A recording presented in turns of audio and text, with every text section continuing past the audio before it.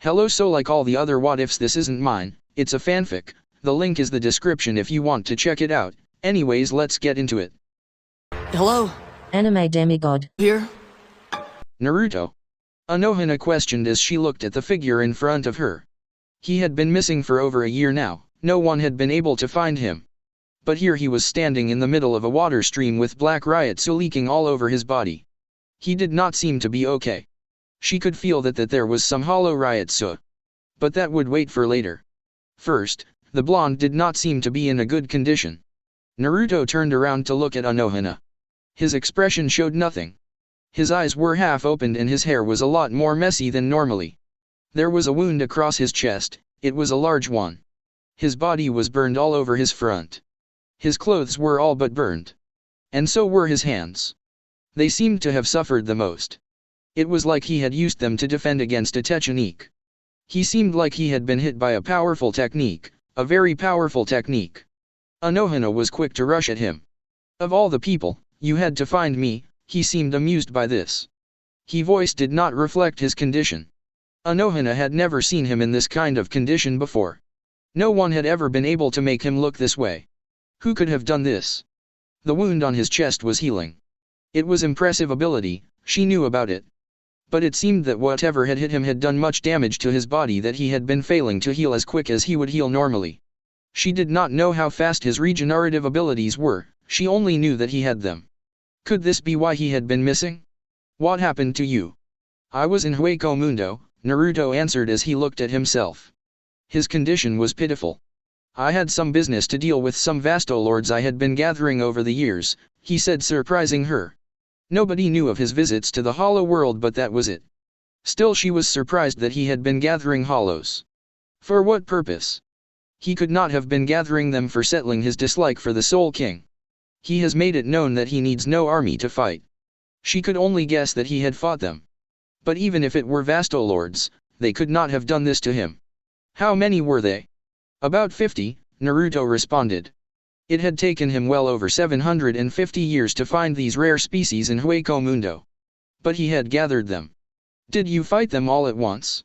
Fighting over 50 Vastolords is well over the abilities of even a captain, Anohana said. Perhaps they could take about 10. But 50 was just too many of them. Especially given the fact that they were the most powerful of the hollows. Their speed was pretty superior too. But Naruto was Naruto. He was unique. She could not figure out how much power he had since she was never been able to measure it all. I had gathered them saying that I wanted to use them to a special purpose. My power alone was enough to make them listen to me, he merely used his power to make them obedient to him. But when I had gathered them all, they turned on me thinking that they could defeat me. What did you want with them? Anohana questioned curiously. I wanted to take their power. And also use some of them as dummies to test the power I would have gained after absorbing some of them, Naruto responded, his grand plan making Anohana shake her head at the cruelty. Even if they were hollows, that was just cruel. You can use hollow powers already.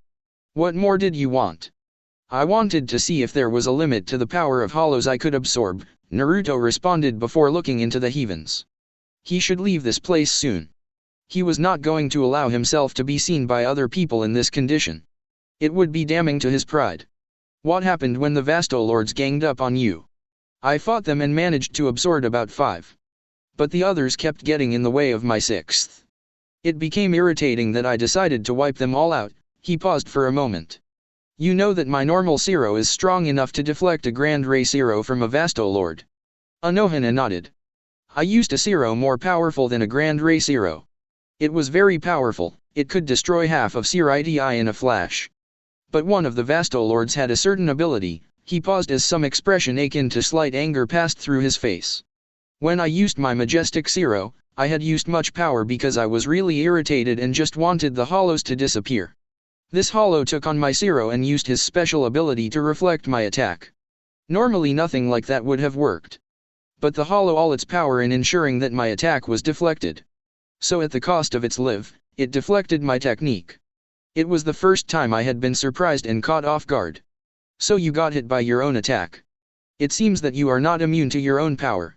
It is rather embarrassing, especially for you, that the first time you get wounded like this, it is because of your own technique, Anohana stated, smiling.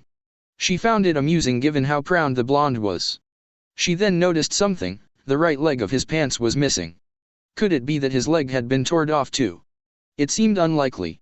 But his wounds only reflected that Naruto's techniques were his own weakness, they did more damage to him than any other technique. It appears so, Naruto responded. He would have to fix that soon. But he was not going to allow anyone to pull that trick again. It was a pity that the hollow had erased its existence after that. Otherwise, he would have made it suffer for a long thousand years without rest. What happened to the other hollows? Naruto shrugged in response. What are you doing here anyway? He questioned, looking at the woman. You are still a captain, Naruto. Shudera might have left, but you can't just disappear like this without telling anyone, Anohana stated in a lecturing tone. My disappearance has nothing to do with Shudera, Naruto responded, shaking his head. The woman left. It was better that way. She would have stood in the way of his next movements. I have always done what I wanted. Central 46 is growing even more on edge with you. It is only out of fear that they do nothing, and there was been a word that the Soul King has forbidden them from doing anything. Noisy fools, who think they can control everything. He looked straight into Anohana's eyes. Yachiroa, would you like to see hell? A few days later. Naruto was standing in the middle of a court inside Central 46 building. The men and women who ran the place were all staring at him with enough intent to kill. This was the second time he has been here. No, it was the third. And each time things had not gone well. His last time here had been bloody. Neither of the souls had been questioning were in this place, perhaps a few were there. They were useless and unimportant, he could not be blamed for not remembering them. He had recovered and returned to work, but upon doing that, another squad of Shinigami that operated in the shadows and under the direct control of Central 46 was on him. He could have refused, but since they had requested his presence nicely, it would be rude of him to refuse. Their stares only did nothing but to amuse him. They were little flies who could not touch him. He could squash them any time he wanted, without breaking a sweat. But he would allow the children to play. What are you laughing at? One had the boldness to question him loudly. It felt like a demand, but it made no difference, not to Naruto. How loud? Naruto responded enough for them to hear. You don't have to be so loud, I can hear you perfectly even if you whisper. He paused just to listen to the music of their loud curses. This is what amuses me, he answered the question he had been asked. Their curses and threats did nothing but amuse him. It was amusing to see them try to enforce their authority over him. They just could never understand that he was of higher authority that was beyond their reach. They had no real power, they just had voices to sprout out idle threats. Bastard. Children are so emotional and easily riled up. They can't control their emotions. How annoying. The amusing part of his statement was that he looked a lot younger than any of the souls within the chambers.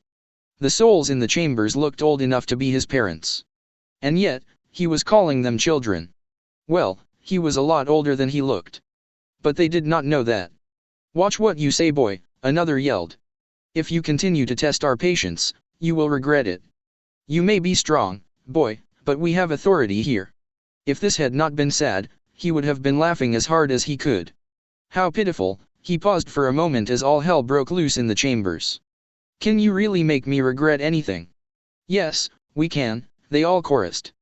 Naruto brought his right hand and tapped it under his chin, looking thoughtful.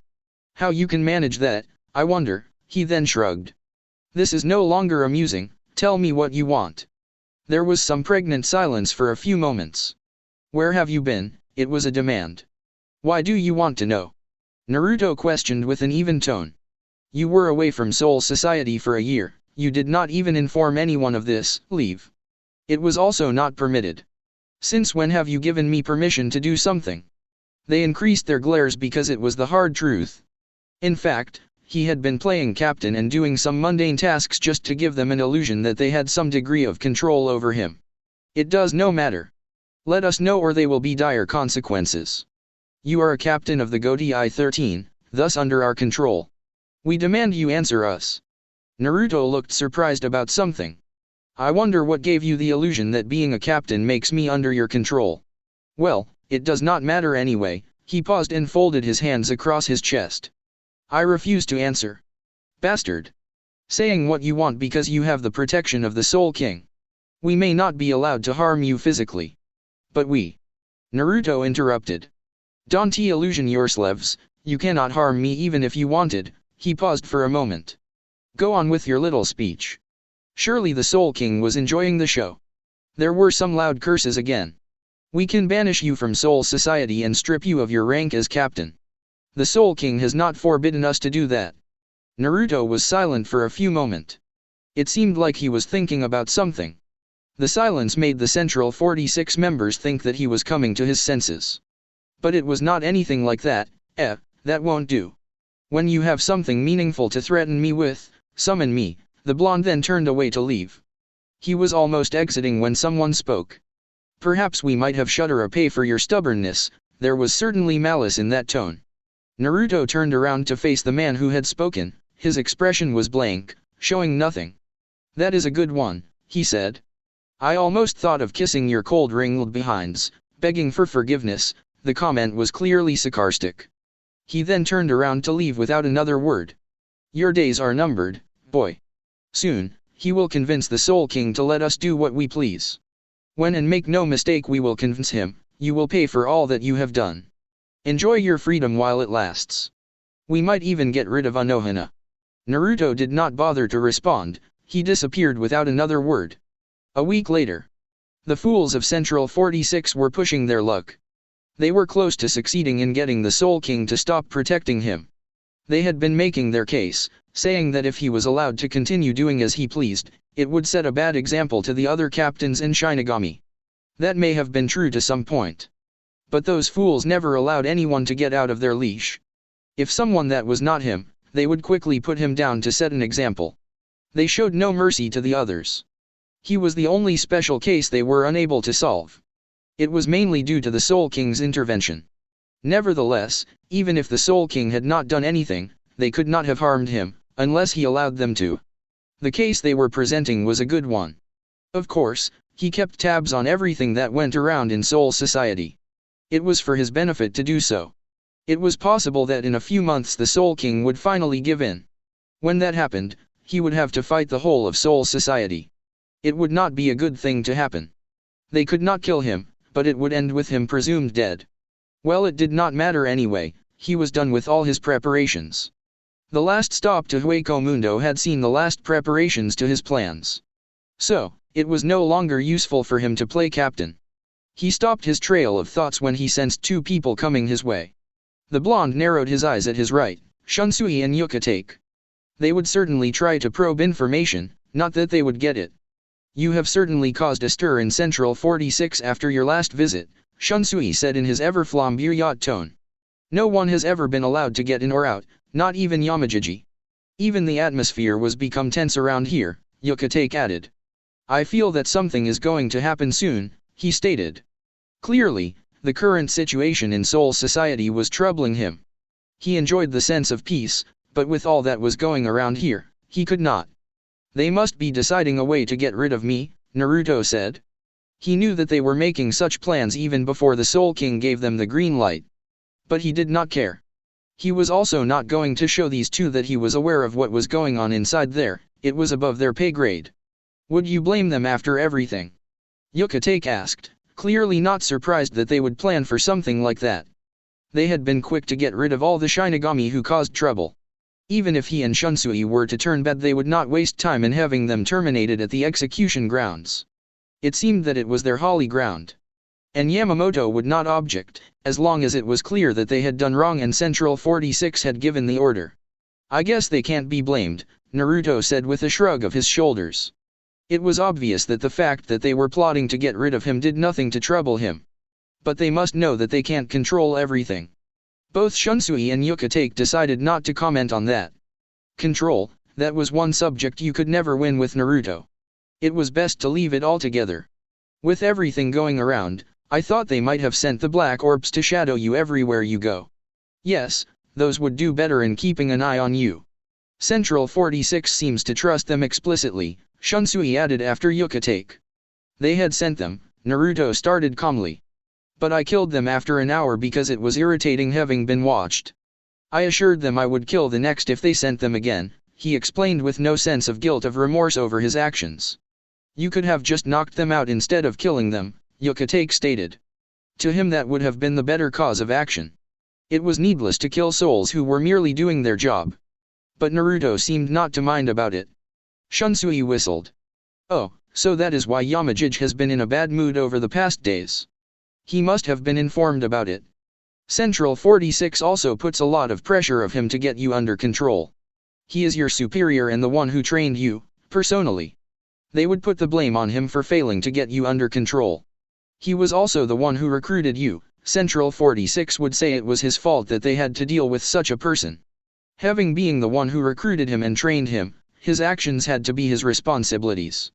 It was also hard on Yamamoto because even when they were still at the academy, Naruto was still beyond his control, although slightly. But Yamamoto did not see it since he was more interested in Naruto's power. They could see it clearly that the blonde had no master. He must be really infuriated then, Naruto said, less interested in Yamamoto's anger.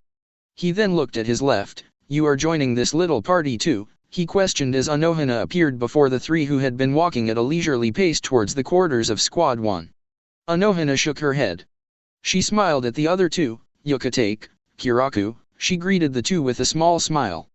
The two smiled back at her before she spoke again. Can I speak with Uchiha Teiko alone? It was certainly not a request despite the format of the words being a question asked politely. Shunsui and Yukatake were quick to get that and so they nodded. Naruto, we will see at Yamajiji's. It was obvious that he had been going there. So they would go ahead of him as he would be busy with Anohana. After they two had disappeared, Naruto looked at Anohana. What is it? Can we speak in private? That did not sound like a request either. Naruto merely raised a curious eyebrow at this. She really did scare much people with this sort of thing. But he was everyone. I told you. Naruto Teiko, can we speak in private? Anohana repeated her words again, still giving Naruto the same kind smile. Fine, Naruto said with a sigh. That smile really annoys me, he stated as he and Anohana went away to a more private place. Squad 5 Barracks, Underground Lab. This was his secret place. If Anohana wanted something private, she could have all the privacy she needed here. The woman looked at him. How long have I known you? Quite some time, before I even met Yamamoto. What brings this question? Ever since then, you have told me and shown me things that nobody else knows. I am the only person you trust completely, and the only person you know will never betray you. Naruto narrowed his left eye at the woman. Central 46 contacted you, he said. They had said they would get her. But they could not. Yamamoto would never allow it. He had even go as far as to try to hide her past from them. Anohana nodded. I have not been questioned yet. But they said they would question me soon. I think they did it on purpose knowing that I would tell you this, she stated. They want to you how I will react. You are a faithful woman to Soul Society, they believe that you will tell them everything, Naruto said, sounding a bit amused by this. You don't think I will? Naruto shook his head as he smiled. You, Yachiroa, belong to me, he paused for a moment. You are here because you know they won't allow you to leave without any valuable information about me. They won't even hesitate to torture you for that information. And if I found out that they tortured you, I would cause another massacre and then some. Wouldn't you do that? She was certain, without a shred of doubt that he would do exactly just that. If something like that were to happen, many innocents would be caught in the crossfire and killed. Naruto would not even care about it. He would not care about turning Shirai upside down just to kill everyone who had been involved or trying to stop him. I would, Naruto responded. Have no fears, I don't plan on destroying your precious Shirai. Tell them that I had gone to Hueco Mundo, you don't know why because I never explained it to you. But you know that it had something to do with Vastolords. If I tell them something like that, they will surely think you are planning to attack Soul Society. Vastolords are the strongest beings in Hueco Mundo. Ordinary Shinigami cannot deal with them. This would not be hard to make up because of the fact that you can use hollow techniques. But I don't think they know this, Anohana explained. She looked at Naruto carefully. But that is what you want, isn't? But they don't know that I can use hollow abilities, Naruto stated. But if they think that, they will panic and start to make hushed decisions. They will probably have Yamamoto deal with me, he paused for a moment as he smiled. It would be amusing to see them plot how to get rid of me. Anohana sighed. I cannot do that. Huh. Naruto was actually surprised by those words. He did not think that she would say anything like that. But then again, this concerned Soul Society, he had to have expected that. I will not say anything that will worsen the current situation. We already have some problems with the Quincy's. We don't need more problems, Anohana stated with a slightly serious tone, yet keeping her usual smile. Quincy's. Naruto seemed to think for a moment. I did not think that such beings could trouble the mighty Soul Society. That sounded rather sarcastic. Perhaps it was because that he always held little regard for the Quincy's. Perhaps he was merely mocking the Soul Society. Despite what you think, they are a lot more trouble than you think, Anohana stated. Naruto shrugged. I trust you will say things that are good your well-being. And if I don't, well, there certainly will be hell to pay. Is that a threat, Naruto Teiko? He looked amused by the thought of threatening Anohana. When have I ever threatened your well-being, Yachiroa? She did not respond. If you tell them anything that is the whole truth, I will kill them all, them, he was referring to Central 46. Now if you will excuse me, I have a date with Yamamoto. What business do you have with him? It is unlike you to set up a date with him. Naruto merely gave Anohana a blank look before walking away from her. The woman shook her head as she also proceeded to leave the lab. She was not due to meet Central 46 now, she had a few hours before that. Squad 1 Barracks. Huh? The ever-sleeping eyes of the cold and heartless commander have awakened to gaze on the unruly youngster that is Uchiha Naruto. It was not that he was also not cold and heartless. He just liked seeing Yamamoto become infuriated. It took some time, but eventually, the strong defenses would crumble and the commander would lose it. Come on, Naruto, Shunsui said before Yamamoto replied. Yamajiji has been having a bad day. It is best not to infuriate him, it won't be good for anyone's health. Unfortunately for Shunsui, both Naruto and Yamamoto ignored him. Where have you been? I was in my house yesterday. You know that is not what I am asking. Naruto seemed to think for a moment before replying. That is not your concern. Yamamoto narrowed his eyes dangerously at Naruto. I have allowed your insubordination to go unpunished for too long. I have allowed you to act as a spoiled child without a beating for too long. I thought I could manage you, but it seems that I will have to use force to beat some manners into that thick head of yours. Manners? Do you even understand the concept? But most importantly, can you even beat them into me? Naruto questioned, folding his hands across his chest. He did not look concerned with Yamamoto's words. I will admit that you are stronger than these two, Yamamoto responded, referring to Shunsui and Yukitake. But you must know that these two aren't the only ones who are strong teammates, and they have not even come close to becoming captains. Have you forgotten that some of your fellow captains are stronger than you? Do you even think you can beat me when you failed to beat the 6th and 10th squad captains after they had teamed up together? The other captains are not a problem, but I will admit that they are strong. You are wrong about something though, I have beaten those two in a 2-against-1 fight. That day, I was simply too bored to fight them seriously. He paused for a moment. Do you even know the true extent of my strength to assume that I cannot have you on your knees? True extent. Yamamoto seemed to snort at this. I have seen all your abilities, boy. You are a child who needs to be taught how to control power effectively. Over the past years, I have collected information on every Shinigami to see the extent of their powers, but there is no power that scares me, not even the powers of your hidden Bankai. He drew out his Haori and threw it towards Yamamoto. It is no longer useful to me. Are you quitting the Godai 13? Shunsui and Yukitake were very surprised to hear about this. They had not even come close to becoming captains. Naruto was their friend, he had to be there when they finally reached his level. The only reason they were even able to be here was because Yamamoto was their sensei and it was not an official meeting. Naruto did not deny it. Yes, I no longer see the point of working for beings who do not know what justice is, and the Godai 13 has outlived its usefulness to me. Foolish child. Yamamoto said in a slight loud tone. You are senile, Naruto responded, shaking his head. Do you think you can just walk away like that after all you have done? Do you think you can run away from defiling Soul Society's justice? Do you think you have the power to simple walk away when it pleases you? Genri Usai Sensei is right, Naruto. You cannot run away because things have turned out bad for you, Yukitake spoke for the first time. You are wrong, Yukitake, I am not running away. I am simply leaving this play because it longer benefits me. The Goti 13 has no real purpose other than to pick up fights with hollows. There is no justice here. Genri Yusai, you have no sense of justice. What is justice to you was what Central 46 says is justice. Naruto paused, shaking his head in disappointment. A powerful being like you turned into nothing but a humble slave of Central of Soul Society. How sad. You don't know the meaning of justice. All you have ever done is cause trouble for us and be an unruly child with lack of respect to his elders. But I will not tolerate this any further. You will be punished for your misbehavior.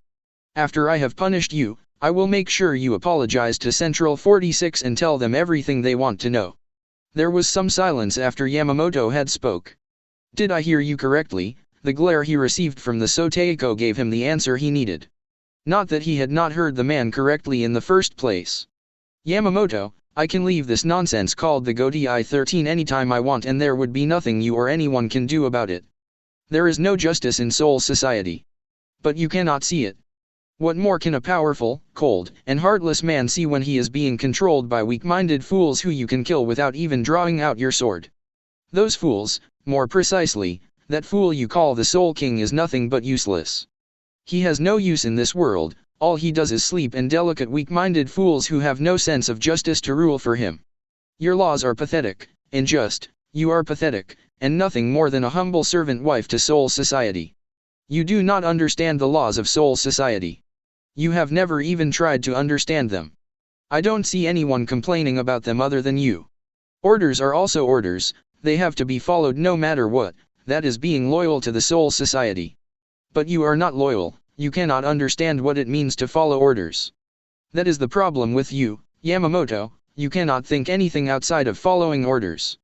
Orders this, orders that, Soul Society this that. Your will to follow orders, regardless of how unjust they are, is applaudable but at the same time, sad, Naruto stated, keeping his calm neutral, while it was obvious that Yamamoto was only trying to be calm. But if Naruto continued to speak, the Captain Commander would surely lose it soon. I am the Captain Commander of the Goti 13, thus I must lead by example. I must always adhere to Soul Society's laws. I expect everyone below me to do the same. Below you? What gave you the idea that I was below you? You think because you are the Captain Commander, you are above me? Do not fool yourself, Shinji-kuni. No one is above me, not you, not even that thing. He shook his head silently before taking hold of the blade held on a sash at his waist. Do you plan to draw out a fight here? You are not even using your real blade. Naruto shook his head again. I wish not for that, he said. This blade no longer has a purpose, just as the Goti 13 has lost its usefulness to him. The blade in his right hand shattered into thousands of pieces. The pieces then seemed to play around him for a moment before they disappeared. Now where was I? He seemed to think for a few moments. None of the occupants in the room felt like opening their mouths to remind the blonde of where he had been before going off track. Luckily, Naruto remembered very well. You make me sad, Yamamoto, sad for all the strong Shinigamis who have been left to be nothing but humble slaves of Soul Society. But at the same time, I dislike you for it. It is not that you don't have the power to stand firm on your belief, no, you don't even have a belief. All you believe in is Soul Society and its laws. You cannot think anything aside from that. Your thinking is restricted to the laws of Soul Society. You humbly make them part of your being. This has robbed you of your ability to think anything higher or even dream big.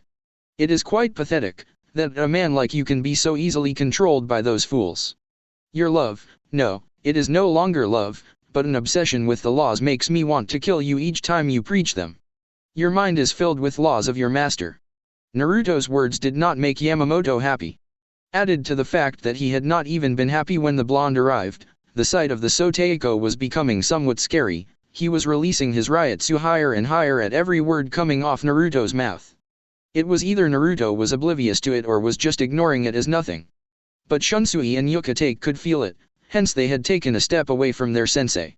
Shinji-kuni, you are a woman, a wife to Soul Society.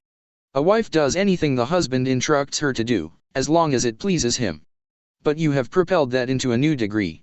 Your obsession in making your husband happy sickens me.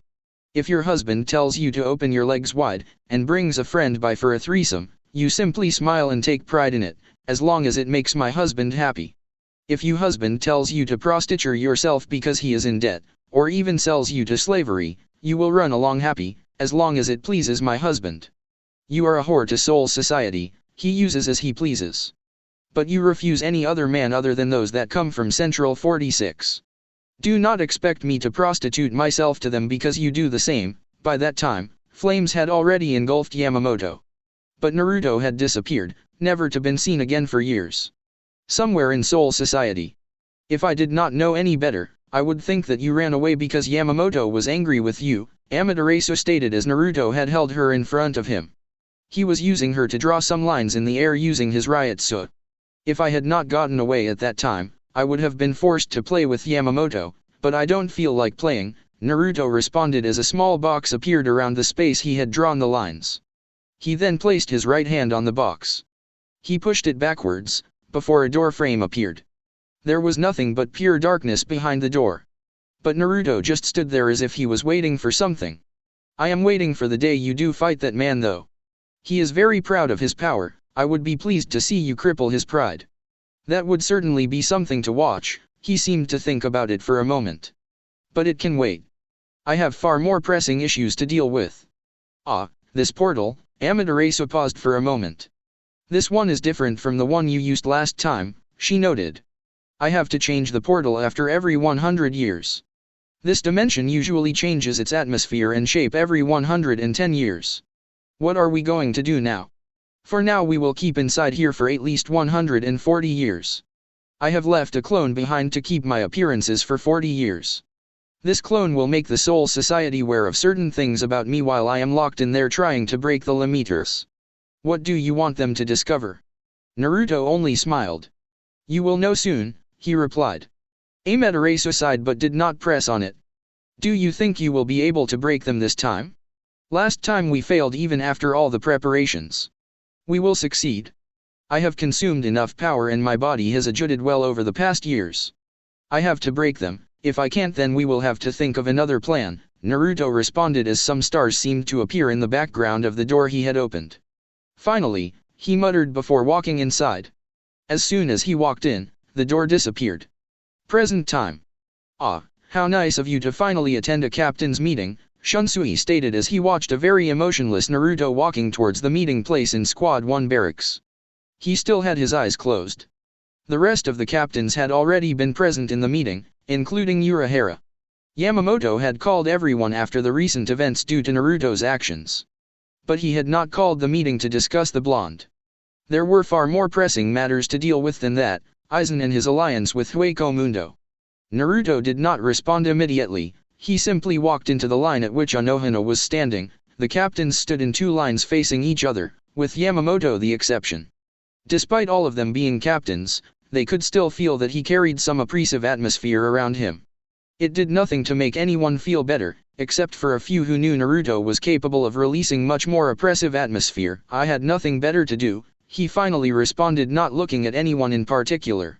So you only came because you were bored, Swyfon said with a snort while still glaring at the blonde. She was beyond furious after what he had done to her. But now she knew that charging at him blindly would only cause her unimaginable pain. After what she experienced last time, she was not keen on doing it again. You should not have bothered to even come here. I don't even see the need of your presence since you do nothing but cause trouble, but it did not stop her from speaking her thoughts. Fortunately, Naruto gave no response. He felt it was pointless answering to a mere child. Of course the silent treatment did not dwell well with Swyfon. Bastard, are you just going to ignore me? Naruto looked at her and opened his eyes, while carrying a slightly bored look on his face. All his eyes had fully developed to their mature form. He released some of his Reisu to shut her up. You are annoying. If you continue being this way, I will start counting the number of your days. Before Swyfon could retort, an even heavier spiritual pressure hit around the room. Naruto stopped releasing his with a bored sigh. Yamamoto hit the ground with his staff. Enough. There was complete silence. Naruto, I will not have you threatening my subordinates, the captain commander warned seriously. Threaten a child? That was questioned in a slight bored tone while keeping its blank tone. You know I don't do such things. Yamamoto felt weak to respond to this, and so, he looked at everyone. We will begin this meeting, he stated. Urahara has some information to share with us. The said man smiled slightly as he stepped forward a little. Over the past month, there has been a few hollows who have entered the human world. These hollows are not normal by any means, they are stronger than others. They also carry Zappankyu like we Shinigami. But so far with what I have seen, they are nothing much of a trouble. Despite him saying that they were weak, one could not just shake off the thought that hollows now wielded Zappankyu. It was nothing has ever happened before. The Zappankyu was a thing for Shinigami, not hollows. For hollows to possess them also was near impossible and unbelievable. It was not a good news to take. Hollows were entering their domain, this was unacceptable. While I do hate to agree with this man, Mayuri stated, sending a glare at Urahara, who merely smiled in turn. He is right about this. Hollows seem to be evolving. It is not natural, we believe it is caused by the Hogyoku. Aizen must have already awakened it already. But the hollows so far have not been strong, but interesting species to experiment on. Nevertheless, he grinned as he said those words. But we are not actually positive if Aizen has awakened the Hogyoku fully. We just came up with a theory, but it might have been already awakened if he can use it, Urahara added after Mayuri had spoken. I thought it would take some time for the Hogyoku to be awakened, making it usable, Tohiro Hichugaya stated with a bit of a worried look on his face. They had been told that the thing would take some more time to be more operational. But it was already working before that projected or thought time. The news was a bit unsettling. Considering that we are dealing with Aizen, we should have expected something like this, Byakuya stated, looking stoic as always. But this is unexpected, Yukatake stated. I had thought we would have some time to prepare things over. What we only know now is that Aizen plans to create a key to the Soul King's dimension. He has said that he wanted to sit in heaven, so that would mean he wants to kill the Soul King. He eyed Naruto as he spoke the last words. The blonde simply raised a brow at this. He never bothered to look into what Aizen had been doing. But he knew the man turned rogue and betrayed Soul Society. Even when he went to Hueco Mundo, he never did look into it. So the rogue captain was planning to kill the Soul King in order to take his seat. It seems that I have a challenger for heaven, don't you think, Amaterasu? He questioned, knowing that she would hear him. That you have, the woman acknowledged. It makes things a bit interesting, hey? Perhaps you should really decide to visit that man and see if he can actually succeed in killing that thing. Naruto shrugged. I highly doubt anyone can do that. But anything is possible. This is indeed troubling, Yamamoto stated in a tired tone. We also have to deal with the fact that these hollows are now using Zappankyu. It does not really matter if the Hogyoku has been awakened or not, what matters is if it was usable. I had thought that we would deal with this before any of these. I don't see what the problem is if the hollows are weak, Zaraki said nonchalantly.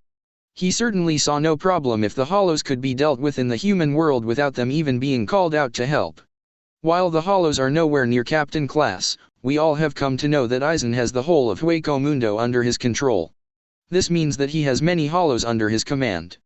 It is also within reason to say that these hollows are merely experiments, Urahara added to throw off the fact that the hollows were weak. It would not be good if they were to underestimate them. I have also made a discovery, Mayuri stated with a wide grin. The hollows we have seen so far were low-level hollows. In due time we believe that we will be able to see more powerful hollows as Aizen turns to use more powerful hollows.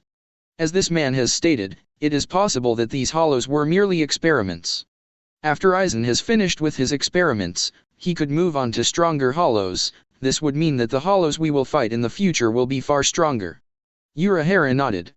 It would be reasonable to assume that what we have seen so far is not the real power of the Hogyoku. Is there anything more you would like to add? Yamamoto questioned, looking at Mayuri and Urahara. The two shook their heads no. The Soteiko sighed and stroked his beard. We will have to keep watch then. Do we have means to enter into Hueco Mundo? We are still working on it. Tohiro recalled something. Can't he enter Hueco Mundo anytime he wants? Haven't we been told that he can use hollow techniques? He questioned, looking at Naruto. Yamamoto nodded. That is true, he said. But I wanted our own device that we could operate anytime we want. The unspoken message was clear. It was not every time that Naruto would be available to open the Guriganta. It was not even given that he would even open it if it did not interest him. Yamamoto did not want to depend on him. He wanted to depend on his own devices rather than a man who could turn him down in a moment of emergency. Although the blonde was quick to understand what the Soteiko was saying, he did not comment. Chihiro nodded in understanding, but that does not mean that we cannot use the service while our scientists build a device for us. Service? Naruto questioned, speaking for the first time since the meeting officially begun. Chihiro responded before anyone could. I mean, it will be of helpful to us if we used your ability while Urahara-san and Mayuri Teiko work on a device to help us enter Hueco Mundo whenever we want. We cannot afford to use your ability given the recent developments. We have to go there and investigate. It will do us no good to sit here and wait for Aizen to send his hollows to us. There was some silence for a moment. Naruto smiled slightly. What a wonderful child, don't you think so, Retsu? He is, Anohana replied with a calm tone. I will visit Hueco Mundo, Naruto stated, making Chihiro smile. When will that be? Yamamoto questioned with narrowed eyes. Soon, perhaps within a week, Naruto responded without even looking at the old Shinigami questioning him. You will have to take someone with you to investigate, Yamamoto stated. He was not making a request, but simply telling Naruto what he had to do. He did not want the blonde to go alone, there was no assurance that he would tell them everything. He could keep some things from them just to make things interesting. No, I will go alone, Naruto responded in an even tone. I had planned on going there soon to check Aizen anyway. And things might get a little playful, I have been itching to destroy something. Can I have your word that you will tell me everything I need to know? Yes, Naruto responded without missing a single heartbeat. Yamamoto pondered the words for some time before he finally nodded. Good, he said. Naruto disappeared after Yamamoto had responded. The meeting was not over, but his was. Are you sure it is a good thing to allow him to go Aizen alone? He might plan something with the traitor, Swaifon questioned. She could never trust Naruto with something like this, no, she could not trust him with anything. Have you already forgotten what the Soteiko told you about him, Swaifon Teiko? Anohana questioned in her usual kind and calm tone. Shunsui nodded to something. Aizen and Naruto have the same objective, he had no doubt that Naruto wanted to still make his dream come true. Each of them wants heaven. Naruto tried it and succeeded. Do you think that he would simply allow himself to work under Aizen? He cannot work under anyone. Do you think that Aizen will want to share heaven with Naruto? Do you even think that both will want to share? Anohana then remembered when Naruto asked if she wanted to see the real heaven. She was positive that Aizen did not know of this heaven that Naruto spoke of. Then Blonde had said it himself that only two beings knew of it. The other was dead and the other being him. Shunsui was indeed correct, Naruto would not want anyone close to his throne. But it was most likely that he would watch Aizen play. If Naruto saw the traitorous captain as a threat to his seat, he would have already worked something out. And she would have been told about it. Yamamoto decided to explain what Shunsui was saying since Swaifon did not seem to understand his questions. Neither of them can work with each other. Naruto sees himself as superior to anyone with no equal, as do Aizen, I believe. Neither of them would want to be under the other. Both are smart enough to make it appear that way, but if something like that were to happen, they would end up killing each other. Or Naruto would most likely kill Aizen, and then we will only have Naruto to deal with. Urahara whistled at this. This was surprising. He wondered what Naruto would do if he heard such words from the Soteiko. Yukatake spoke next. Don't worry about anything, he said to Urahara. That man knows this as well, Naruto is smart enough to have deduced something like this. And if he had a problem with it, he would have said something about it before leaving. But the fact that he left without saying any word means he does not care. Is he always likely to figure out things like this? Chihiro questioned curiously. Yes, Shunsui responded. Mayuri hummed. This makes plotting to kill him difficult, the others gave him blank looks. What? Human world. Naruto looked down from the sky where he stood, the human world had much less interesting things to do and see. It was also problematic since he could not move freely around the place. He did not use the normal gate of coming into this world. Using his own teleportation technique ensured that he was not questioned by the annoying Soul Society. He disliked being questioned about some things. It would surely be irritating to be questioned about his whereabouts each time he went for a walk. Central 46 was an annoying bunch who always liked to have control over everything that happened in the Soul Society and his own actions.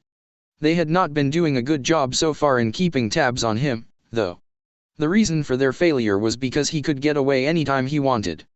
The covert orbs were pretty fast and quite persistent, but they could not keep him on a tight leash. He was not a child. Because he used his own device to teleport here, it meant that there was no limiter that was placed on him as soon as he came. Any Shinigami or the spiritually aware could sense his presence at the moment.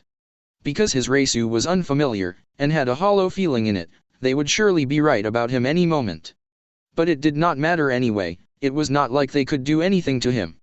Now he cared less for what would happen to the humans because of his spiritual pressure. But given his current state of power, nothing chaotic would happen. The spiritually aware would just be quick to rush at him to see who it was since they were not familiar with his Ryutsu. It was going to be bothersome. Soon, he would have to be quitting down children if he did not leave soon. He looked behind him at the corner of his eyes as he sensed someone coming behind him. Something like an arrow came rushing at him. He could see it clearly with his eyes, but it was fast. Nevertheless, not fast enough to render him optionless. His interests were piqued when he realized that it was a Quincy technique. There was no mistake about it, his eyes could tell him that much. Even though he could have dodged, he did nothing. He merely looked at the projectile as it neared him. The technique then hit him. Surprisingly, it pierced him from behind. But it did not do any damage. But he raised an eyebrow at the fact that it had managed to pierce him. The user must be some strong man to do that to him. It did not take long for his power to make everything go away and make it look like he was never pierced to begin with. He then turned around and looked at the person who had attacked him. He saw a man wearing white clothing and another in a Shinigami uniform. Both were strong beings. He could tell that much just by looking at them. He looked at the man in the Shinigami uniform. He did not recognize him from anywhere, nor has he sensed the Reisu from anywhere before. This man must have been living in the human world. There is no way someone strong as that man could have existed in Soul Society without him knowing about it, ever since he was released. He was not given much time to think anything more as a wave of arrows came rushing towards him. They were just as fast as the previous arrow that had pierced him. But the fact that they were a heap of them, made it a little difficult to dodge them all, but it was not impossible. He was not going to allow another arrow to pierce him again. Well, he could use some warm-up at this time. He disappeared from his position. The wave of arrows missed him. No, he dodged them all using his superior speed. He then appeared a distance away from his last position, but when he appeared there, more arrows came rushing towards him. It seemed that they were moving faster than before. He did not move a bit as the arrows threatened to tear his body apart. When they were about to hit him, they disappeared inside a black swirling void, surprising the attacker. Even when he was surprised, he did not stop attacking. But this time, he went to the extreme. He flashed to different positions around him while firing more arrows at him. The arrows came in a heap in all directions. Naruto stood still looking immobile, but that was not the case. The arrows then hit him dead on, causing an explosion to occur. The explosion caused some clouds of smoke to appear. When the clouds from the explosion cleared, Naruto was standing still, unhurt, with his arms folded across his chest. That would have been dangerous, he said to himself, if I was anyone. But he trailed off when his eyes picked up something. The Shinigami appeared right in front of him. The man had a calm look on his face for a moment. Naruto was surprised when he did not have his blade on his hand. Things such as Kita did not work on him. He wondered what the man would do. Again, he was surprised when the man merely flicked a finger from his right hand. It was Naruto's RESP once before an invincible force hit him straight on. The force was somewhat powerful and managed to send him flying backwards in some fast speeds. The blonde was able to recover quickly though. He flipped several times in midair before standing still. You should not come here and stand still like you own this world. Your presence is making a disruption within this world. You might end up hurt, the male Quincy stated coldly in an emotionless tone. This only amused Naruto. I have always said that Quincy were the weakest beings and I still maintain that, he stated. Do you wish to test that? The Quincy questioned with narrowed eyes as he prepared his bow. The Shinigami merely stood still watching with a calm look on his face. It did not seem like he was going to intervene with the two.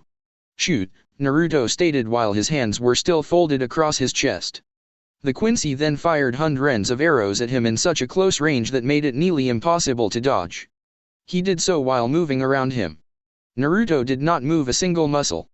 He merely stood still while the arrows pierced his body in all areas. After a minute, when his body was all but arrows, the Quincy stopped. He was shocked when he looked at Naruto clearly. His arrows were inside Naruto's flesh, but they had not pierced through the flesh. It seemed like they had just went through it. The arrows then dissolved, and there was no wound on Naruto's body, not even a scratch. Despite his shock, the Quincy did not show it. I will repeat this again. I have always said that Quincy's were the weakest of the supernatural beings, Naruto stated calmly. I have always said that because a Quincy cannot hurt me. Your techniques merely tingle me. Despite how strong the Quincy is, no one has ever been able to wound me. But then again, there are some abnormal beings that exist. Everything is possible. However, you can do nothing. Ryukin glared at Naruto, trying to contemplate what he had been told. This just could not be true. No one could be immune to Quincy attacks. He had no doubt that not even the Captain Commander could willingly take his techniques head-on without flinching. So just what was this guy? How was it possible? He had just disregarded all his power as nothing.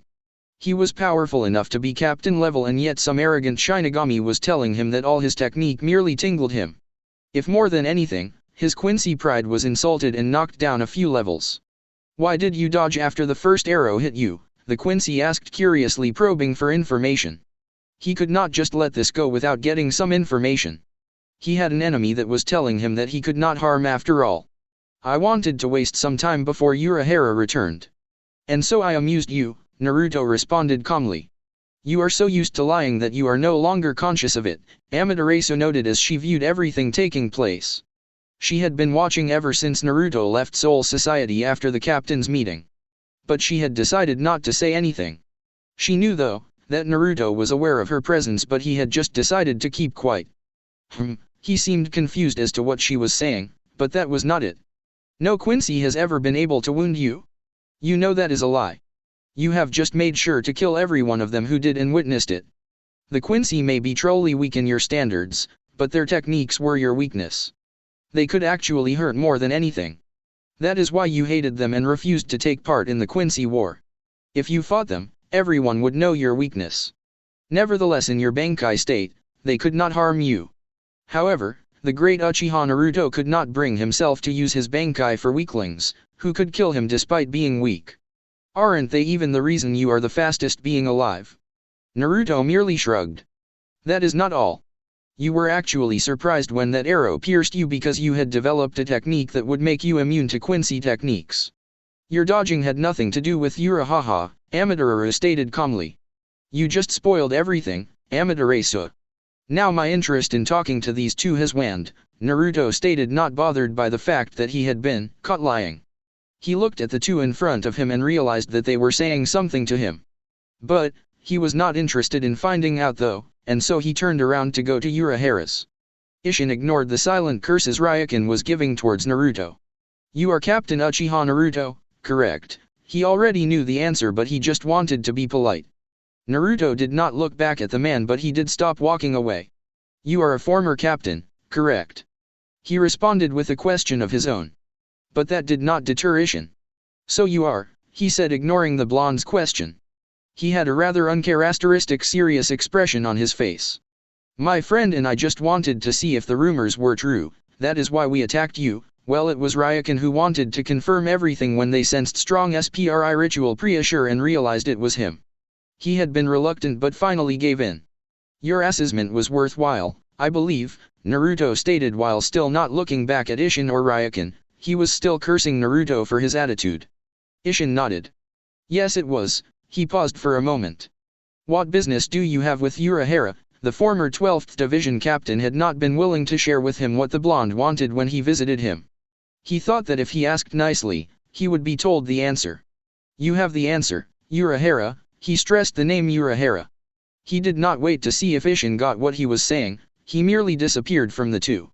So in other words, it has nothing to do with me but Urahara, Isshin muttered silently. You think we should have pushed him further to make him use his Zanpakuto? Ryukin asked. If they had done that, he would have seen more of the man's abilities. But still he had found out much more. The fact that the man was immune to his powers did not please him at all. He would have to speak to Urahara about it and see if he cannot do anything about it. He could not allow such a thing to continue to be a reality. We got more than enough, Ishin responded calmly. But should you not be more worried about the fact that your Techninus can't hurt him? Ryukin frowned slightly. Don't you remind me of that, he stated. Did you notice that he seemed younger than what Urahara had said? Ishin asked, looking at his friend. Yes, he was. I guess Urahara will tell us more about it when he returns from the Soul Society, Ryukin stated as they started to retreat to Urahara's shop, where no doubt Naruto had gone to. Still, I did not think he could be this strong, Ishin stated. Urahara has said that he was neither a friend nor an ally despite being a member of the Godai 13. And your ineffectiveness means that it will be a little troublesome finding a way to deal with him should he become an enemy. Are you going to keep reminding me that my power has no effect on him? Ryukin questioned in a calm tone while glaring at the former Goat 13 captain. It was possible that Ishin was repeating the fact that his power could not harm Naruto on purpose just to see how he would react. Or he might just be gloating about the fact he was useless while he was not. Ishin merely smiled and patted Ryukin on his shoulder. No, it is just that the matter is not favorable to us. It must also be hard for you given your natural hate to Shinigami.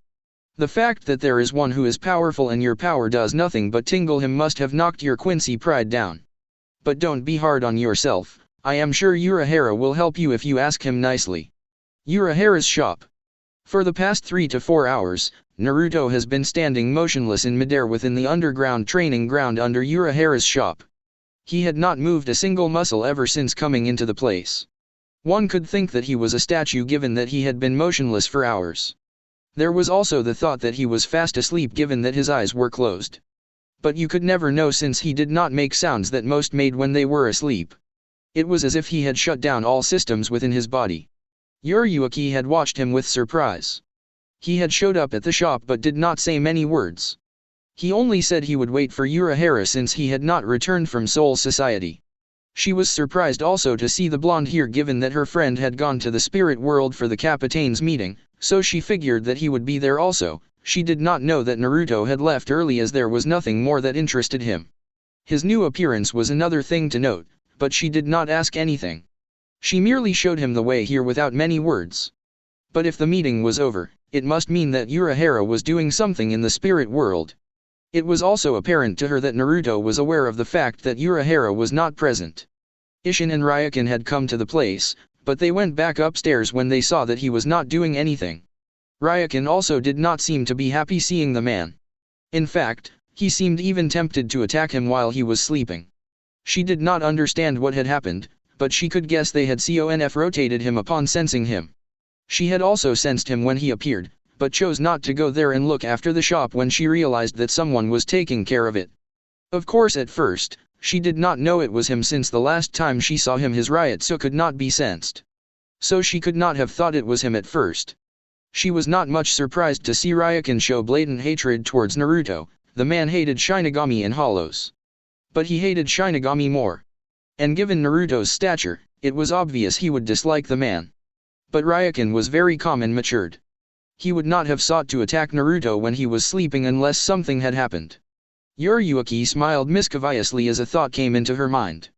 Yes, this would certainly get his attention. No matter how stiff he seemed, he had a woman in his life, he would react.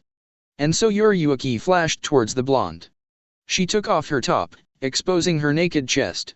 She moved closer to him and rubbed her chest against his back while she kissed his neck. But the blonde did not react. She continued her playfulness for a few more minutes, but the blonde still showed no sign of reaction. His body was just cold. Urayuki moved in front of him to see if there was anything. When she appeared, she saw his eyes firmly on hers and he had this mildly amused look on his face. Yet there were no signs of flustering at what she had done to him or seeing her breaths. She was surprised by his reaction. That was not something she saw every day. She was sure even if she appeared in front of Yamamoto like this, he would certainly let loose of a few blood drops from his nose. If Shutara saw this, she would kill you, Naruto stated in an amused tone, and a smile she not could tell what it symbolized. Shutara. She does not like it when another woman comes this close to me, Naruto said, his amused expression now a mere memory. It was not that ever since he took Shudera, he had gone close to any other women, but he knew the kind of person she was. She only tolerated Anohana because there was nothing she could do about it. For someone who was said to be a womanizer, you did not react the way I thought you would, Yoriuki stated, disappointment clear in her tone and expression.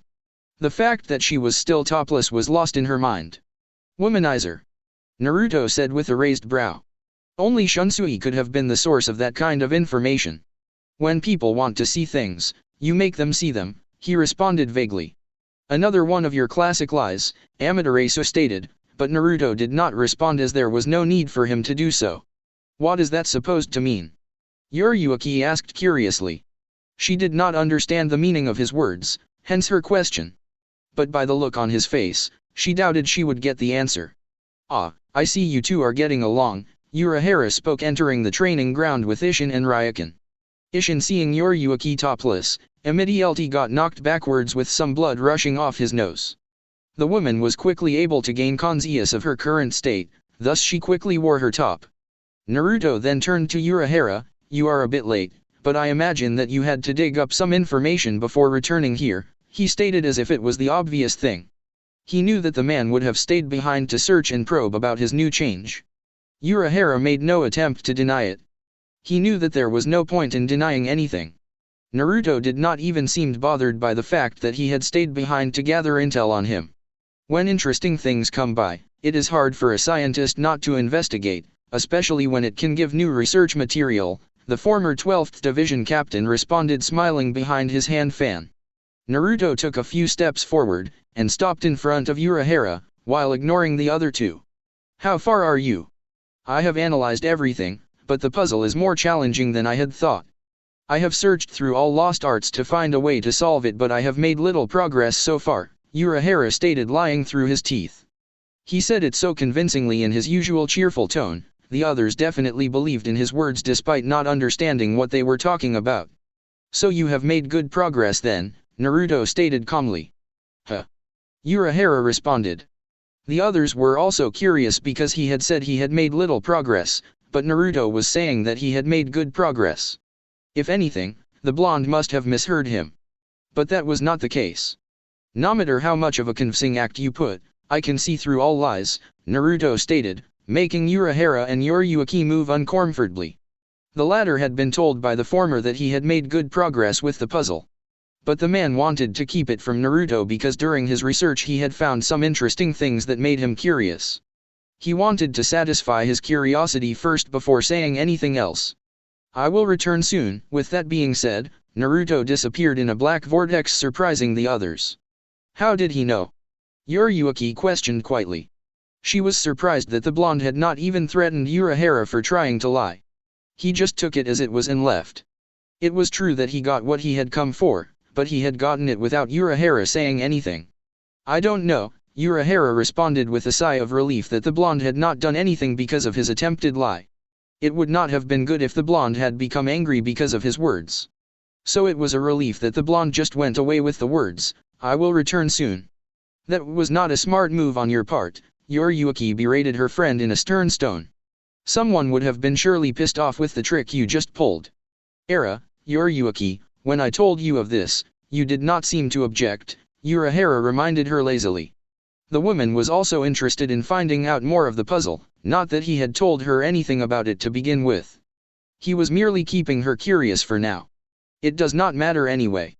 Nothing bad happened, and next time I will remember to be honest in front of him. Why do you think he was not mad about it?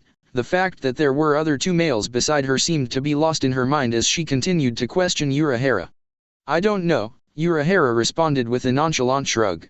It could be that he was used to lies, so it did not bother him much. If he had not expected him to lie to him, he would have surely been angry. But he was not. This could only mean that he had expected him to try to lie. This just brought the words of Shunsui back to him. He had been made aware of the fact that the man was likely to figure out anything planned against him. But he was not stupid. He could play well without being caught. You guys are so cold, how can you ignore us like this? Isshin questioned in a mock-hurt tone and a small pout. It was true that they were talking like he and Ryukin were not there. But it was nothing troubling. Ah, Isshin-san, I had forgotten about you, Urahara responded playfully while keeping his smile. Can we get to business? Ryukin said impatiently. You will never change, will you? But I guess I should not expect that from you, Urahara noted carelessly. Ryukin's attitude was nothing new to him, he was used to seeing the man like this. But there seemed to be something bothering him greatly. He is just pissed off that he shot hundreds of arrows at Naruto-san, which all hit him, and was told that it only tingled. Isshin stated, looking happy about the fact that Ryukin's techniques were said to only tingle, but at the same time he too was bothered by it. Yuriyuki laughed seeing the scowl on Ryukin's face. Seriously? He actually said that? Yes, Isshin nodded while laughing at Ryukin's expense, but he was not forgetting that the situation was serious. That must have been damning to your pride, Yuriyuki stated, to which Ryukin said nothing. I would be pretty much pissed if someone told me that my shunko only tingled. You said that he shot arrows at Naruto-san and the results were that it tingled. Urahara said in some rather serious tone. Ryukin was one of their strongest ally, he could not have his technique merely tingling the enemy. If so, it would make him useless in battle. Not that he was expecting to go into battle with Naruto. Yes. Isshin then explained what had happened during the CONF rotation with Naruto. This is troubling, Urahara said in a thoughtful look on his face. The others nodded in agreement with him. But let us not forget that he is not really an enemy. As it stands, he is with Soul Society and we are not enemies of the Soul Society, Yuriyuki reasoned while she also agreed that it was troubling, they could not forget that he was not technically their enemy. Urahara pondered Yuriyuki's words for a moment. He does not hold any to hatred Soul Society itself, but the Soul King, Soteiko and Central 46, he paused for a moment. Even with all his past powers, he never attempted to fight with Soul Society. He did not even try to fight the Soul King. I do believe that given his past glory, he could have gone to the Soul King's dimension, but he did not. Yamamoto and the Royal Guard are the ones who picked up a fight with him. He had power that even the Soteiko feared, so he could have brought chaos to Soul Society if he wanted to. What are you saying, Kisuke? It is likely that unless we pick a fight with him, he won't do any of that, Kisuke stated calmly. Yes, from the past actions of Uchiha Naruto, he could assume that unless provoked, the man would do his business without killing anyone. Are you certain? He had the chance to kill Yamamoto long ago, and yet he did not, despite his obvious dislike of the man's principles. Urahara paused as he thought of something. Kiraku and Teiko are aware of this fact. That is why they are so relaxed around him and don't even have thoughts of killing him or even seeing him as an enemy. Yamamoto has known him long enough to know this, so does Anohana Teiko. He does not seem to be the type to have a problem with killing anyone, but yet even those who tried to stand in his way were merely knocked out of the way instead of being killed. It makes you curious, does not it? Isshin stated calmly. While it is curious, the same cannot be said for Hollows. He has killed any that even passed by him, Urahara said. He had been told that the man did not waste time to get rid of Hollows.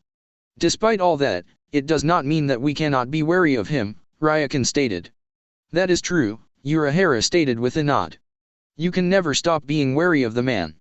It is said that he dislikes Soul Society's laws and the only reason he became captain again was because Yamamoto forced him. Naruto had not said so, he had said the Soteiko had played his card. But the only conclusion he could come up with was that it was not in his plans to join something he had quit in the first place. He had refused when given the offer at first, so he had no doubt that Yamamoto had made Naruto join the force again by force. By force? Yes, when I asked him why he was captain after he had refused, he simply said that Yamamoto had played his card, Urahara responded quietly. Why would the captain commander make him join again when he knows the history of the man?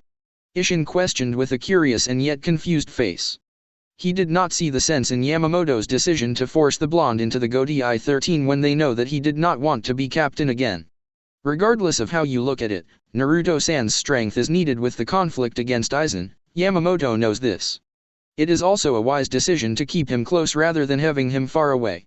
It is also apparent that the Soteiko would have rather not have him unsealed, despite the uselessfulness of his strength.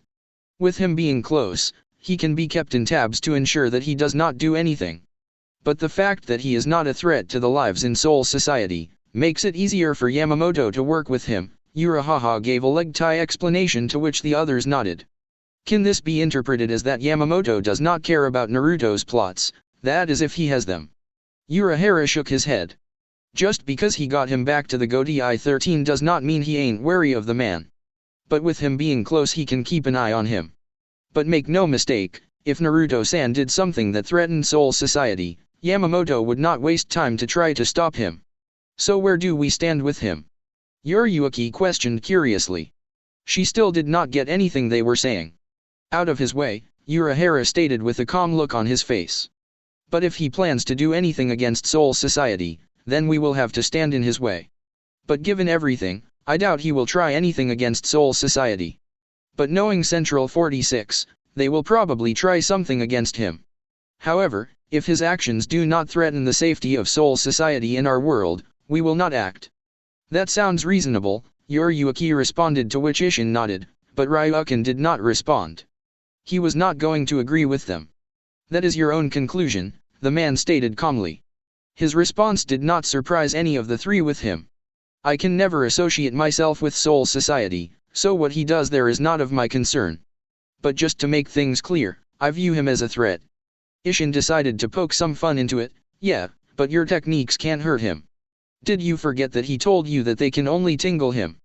Ryukin ignored the man before looking straight at Urahara. Can you solve this problem?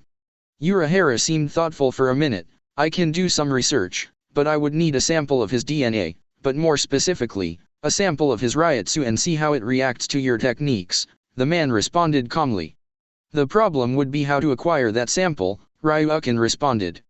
He was a bit frustrated that Naruto could just shrug off his abilities like that. He was by no means no weak Quincy. His son could not even compare to him, but Naruto had the audacity to tell him that his power only tingled. I can figure something about that, Urahara responded before turning away from the other three. Where are you going? I have to do some research about Naruto-san's puzzle and get some results before he returns. I also have other things to do, Urahara responded without even turning to face the questioner. You have to tell us about his changes first, Yuriuki stated, earning nods of agreement from the others. Sirighty, where have you been? Shudera questioned as soon as Naruto entered their house.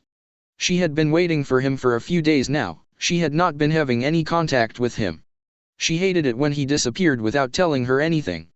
During those days, he would never do something like this. He always told her when he was leaving. But now he was much colder and showed her little affection. That is how you greet me? Naruto questioned, looking straight at the woman. But he did not stop on his path. He looked away from her and went towards the entrance of his library. Shudera flashed in front of the door to block his path. She had this serious look on her face. It was obvious that she meant business. Anyone else would have been scared by the look she was giving, but not Naruto. He had years of experience with this thing. He also had Anohana. The experience was not lacking. There was also the fact that nothing really scared him. Well, there was something. Where were you? You suddenly disappeared after SWAFO and came here. I had to hear from someone that yesterday you attended a captain's meeting and yet you have not been home. Is there a problem? Naruto asked in an even tone. Yes, Shudera responded with a firm tone. Now answer my question. She had a narrowed look on her face. She was not expecting him to lie about it. He would rather not tell her than lie to her. I forgot that you women tend to become forceful sometimes, Naruto stated.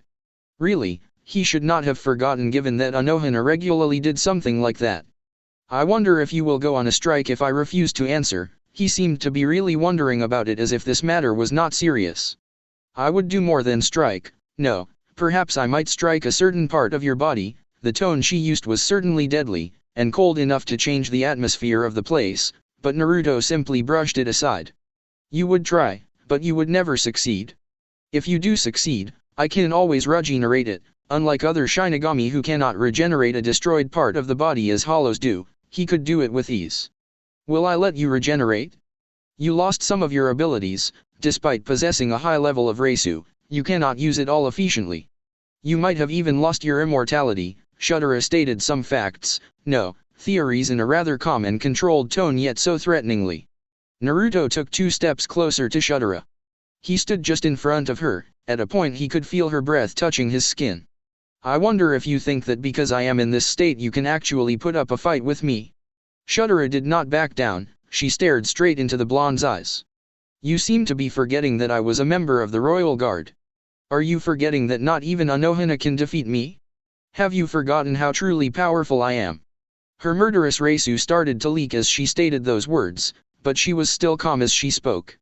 I have not forgotten anything, woman.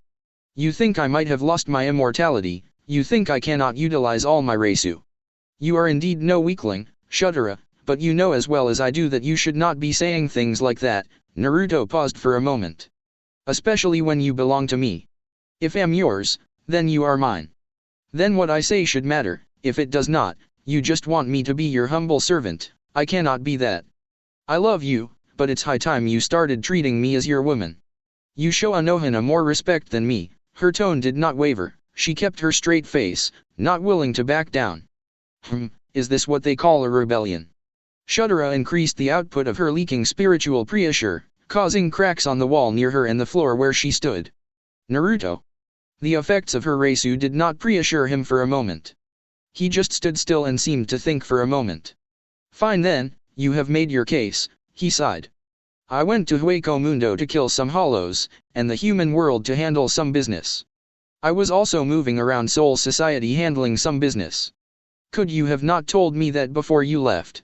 The time I left you seemed to be high in anger, giving you some space seemed necessary, Naruto responded. That was actually not entirely true. He just did not think of it necessary to her that he was going. I find that hard to believe, Shudera stated. But then again, Naruto really did not like getting involved in arguments like this. He would rather avoid them than find himself in the middle of them. How has your stay been here? Naruto questioned as he moved past Shudera to enter his library. He was curious, since his current relations with Central 46 were strained. He would not put it past them to try something stupid. But Shudera was a former member of the Royal Guard, that meant that in terms of power, Anohana and Yamamoto were the only ones who could speak with her, they would not try anything stupid with her. Annoying, Shudera responded following Naruto from behind. I had to deal with some questions from Yamamoto and Central 46. But it was nothing extreme, just annoying. That should have been expected, Naruto said as he went to take a seat behind his desk. He had some unresolved issues with them that needed to be solved. But he was in no hurry to do so. But the problem was that they would do something stupid now that the Soul King was silent about him with them. But you should not leave me to handle the mess you create. I did not even know much about that incident since you insisted in keeping some details away from me, Shudera responded while she took a seat also, but she sat on Naruto's right hand on the desk, facing him. They questioned you because they wanted to, Naruto responded brushing her words aside. But I should do something about leaving you in the dark, don't you think? You should, Shudera responded quickly, but she did not seem nor sounded excited by the thought it. I will, Naruto stated. What do you think you are going to be doing for now? It will be rather boring for you to spend much of your time in here alone. What do you propose I do? I am positive that Yamamoto has already offered you a job to do, Naruto stated, to which Shudera did not act surprised at all. It was indeed true that the Soteiko had offered her something to do. Naruto was most likely to conclude that Yamamoto would do that given her power and former position, and he had done just that. But SJE did not accept the offer because she wanted to hear what Naruto would say first. She was not going to repeat the same mistake she did long ago. He wants me to be captain of the 3rd division since the previous captain betrayed Soul Society. Shudera paused to look at Naruto's expression. She got nothing from it. She could not tell what he was thinking. What do you think of it? You would not have brought it unless you wanted to say something about it. Do what you want. You are used to working, I don't think staying in this house all your days will please you. So, you can go play captain for the time being if you want, Naruto responded as he opened a drawer to look at some files. I thought it would be good if I joined. Since you don't have a problem with it, I will inform Yamamoto of my answer soon, she looked at Naruto carefully. What do you mean, go play captain for the time being? Are you plotting something? Not really, Naruto responded with a shrug. He was not plotting anything, he had already plotted everything long ago. In this time, he was only making his plans come true, and changing a few things due to unforeseen circumstances.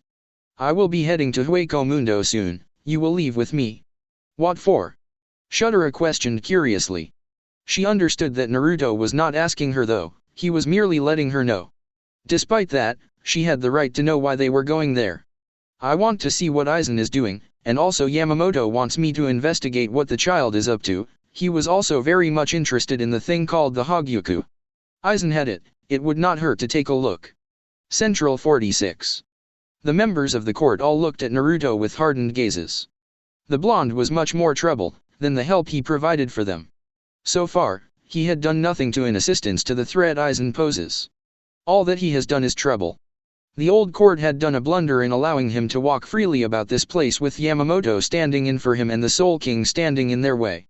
But things had changed now. The Soul King rarely gave them instructions and he had not said anything about the blonde. The matter was in their hands and they could deal with it in any way they choose. It was a good thing for them that the Spirit King was not interfering.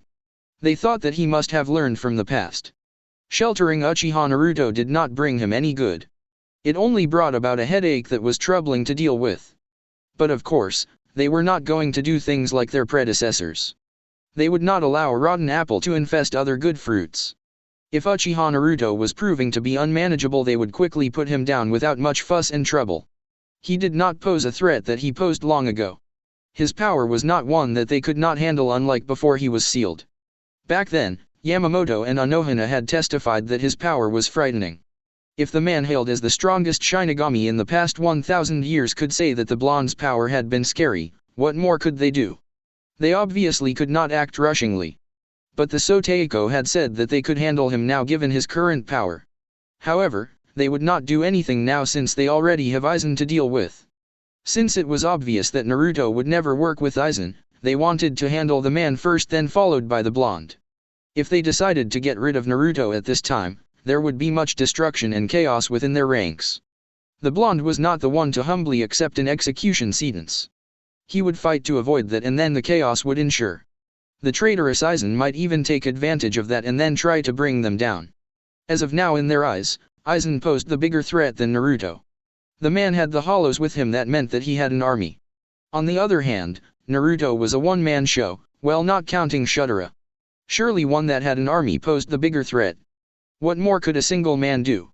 This silence is becoming annoying. Naruto finally said something after a few minutes of silence.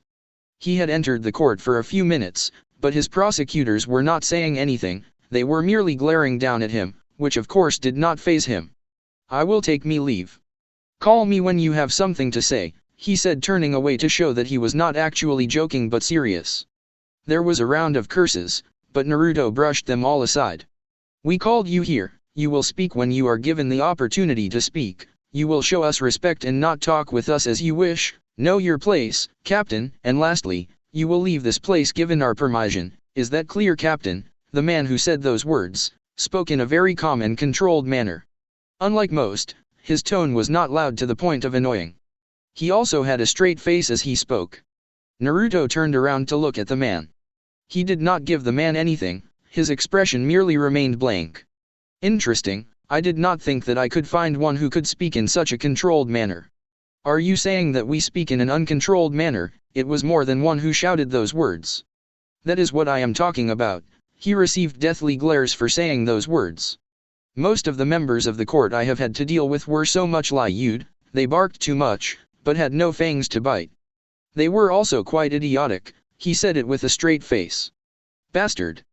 Do you think we will allow you to speak to us like that without punishment?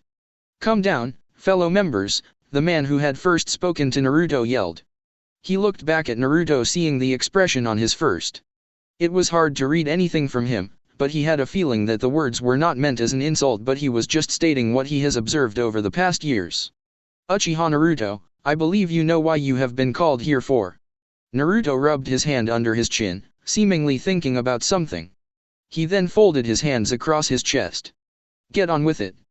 Don't you dare think you can command us here, another yelled before clearing his throat.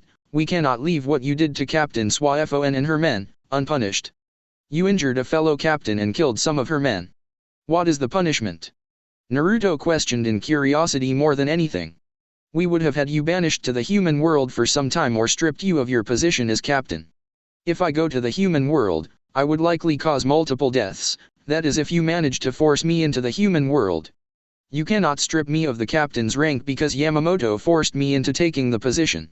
If you do that, you will most likely have relieved me. And there is a high chance that I might cause some damage. Naruto explained why they can't do any of this options they had for him as some form of punishment. Yes, you are correct, but, the man seemed to smile slightly, we can demote you into a third seat for a number of months and force you to take orders from those who are weaker than you. He made sure to put an emphasis on the word weaker. A man like you hates nothing more than being told what to do. You dislike taking orders from those weaker than you. It will certainly put some dent into your pride. That is exactly what we are aiming for.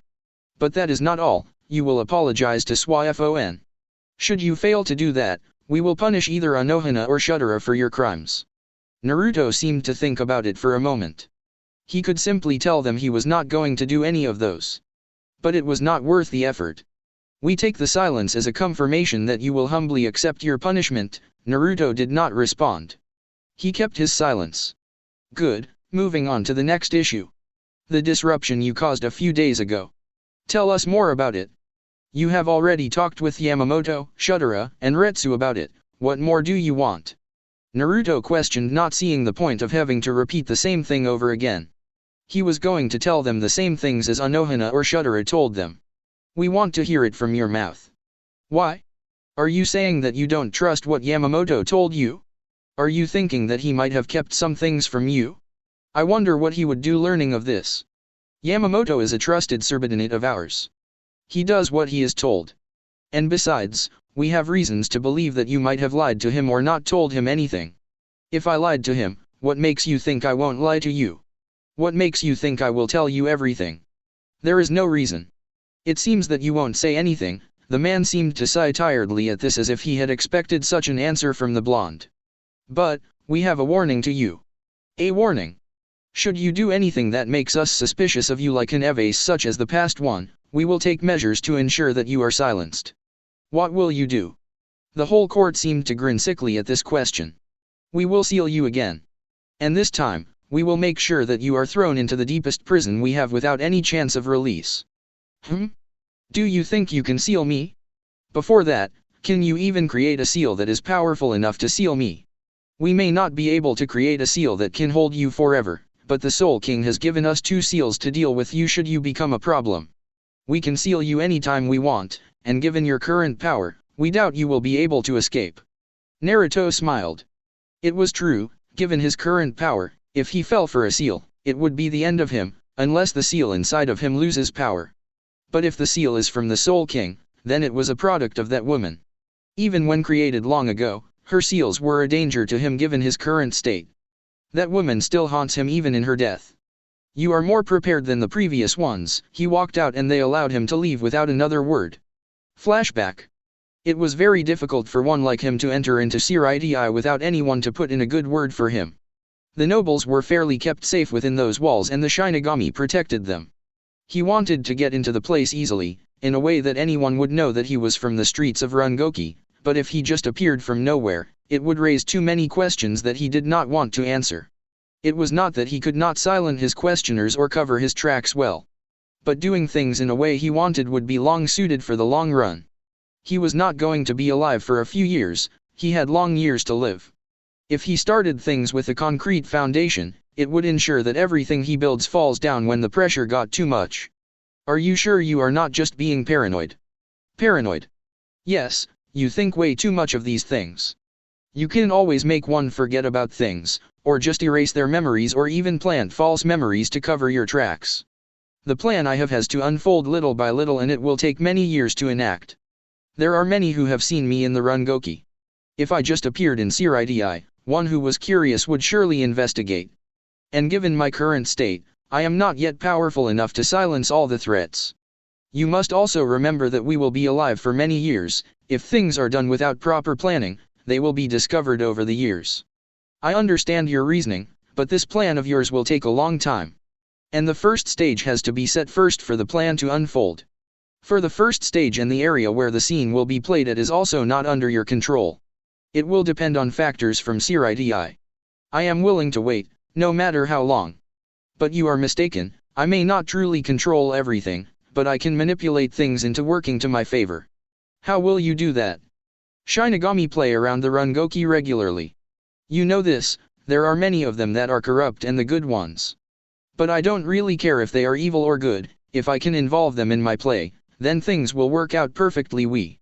Naruto trailed off when he sensed something. Ah, it seems we have a visitor. He got no response though. There was someone coming towards him. He was sitting on top of a cliff with Amaterasu close beside him. He only narrowed his eyes towards the person once before closing his eyes. What can I do for you, woman? Ora, what a disrespectful child, the woman seemed amused by his tone. Child, he did seem to look younger than the woman. I guess you are right, I am a child. But I did not think that a woman such as yourself would care about such things, given your reputation. You know of me, the woman replied with a slick grin, but Naruto did not notice it since he was not looking at her. You may appear to be a child, but the feeling you give is not that of a child, but a strong man. I have also heard some rumors about you. And you decided to investigate, interesting. You are, his eyes snapped open when he felt the woman lunge towards him. He quickly grabbed Amaterasu and held her in front of him, parrying a swing by the woman. The clash of the swords created some electrifying sound around the area. The power behind the woman's strike was enough to push the young Naruto away. But he quickly got his balance. This should be fun, he stated in a blank tone. But given the power I have only managed to awaken, it may not end well for me. My thoughts exactly, the woman responded, widening her grin in a really sick way. End of flashback. Naruto was sitting inside Squad 5 barracks in his office. He was alone reading a book in some quietness. There was nothing he could do really. He did not bother to do such things as paperwork. Such a task was mundane and was not worth his time. He always handed it to his lieutenant to do it. She had some emotional staff that she had to deal with, but since he did not want to deal with it, he forcibly made her accept what her former captain had done and that he was a traitor. The process had involved putting the girl through a torture session that almost broke her mind. But Anohana was there to pick up the pieces, so his plan to get her back to work worked perfectly. Uchiha Teiko, Hinamori called as she entered the office holding a stack of papers. Naruto did not really take his eyes off his book, he continued reading like he had not noticed her, but Momo knew that he had heard her. Are there any more trivial activities to be done? Naruto questioned, flipping a page on his book. There were a few things that he didn't hear, it was mostly to get everyone in line and ensure that Momo's orders were being followed since she basically ran the division. Momo smiled at her captain's words. You should not really call them trivial activities, Teiko, the girl stated. She knew that he was not going to change, but that did not stop her from saying it. I will call it as it is. He normally gave this kind of response, and most of the time he spoke while reading his book. Momo sighed, no, there are no more activities to do. I just have to attend the lieutenant's meeting and the Shinigami Women's Association. This time, Naruto looked up at Hinamori with a blank expression on his face. He was just showing her that he was not interested in hearing what she had just said. Oh sorry, forgot you told me not to bother you with such things. But anyway, the nobles have requested your presence at a bouquet to be held at the Kukaki compound in 4 nights. All the nobles and captains will be there.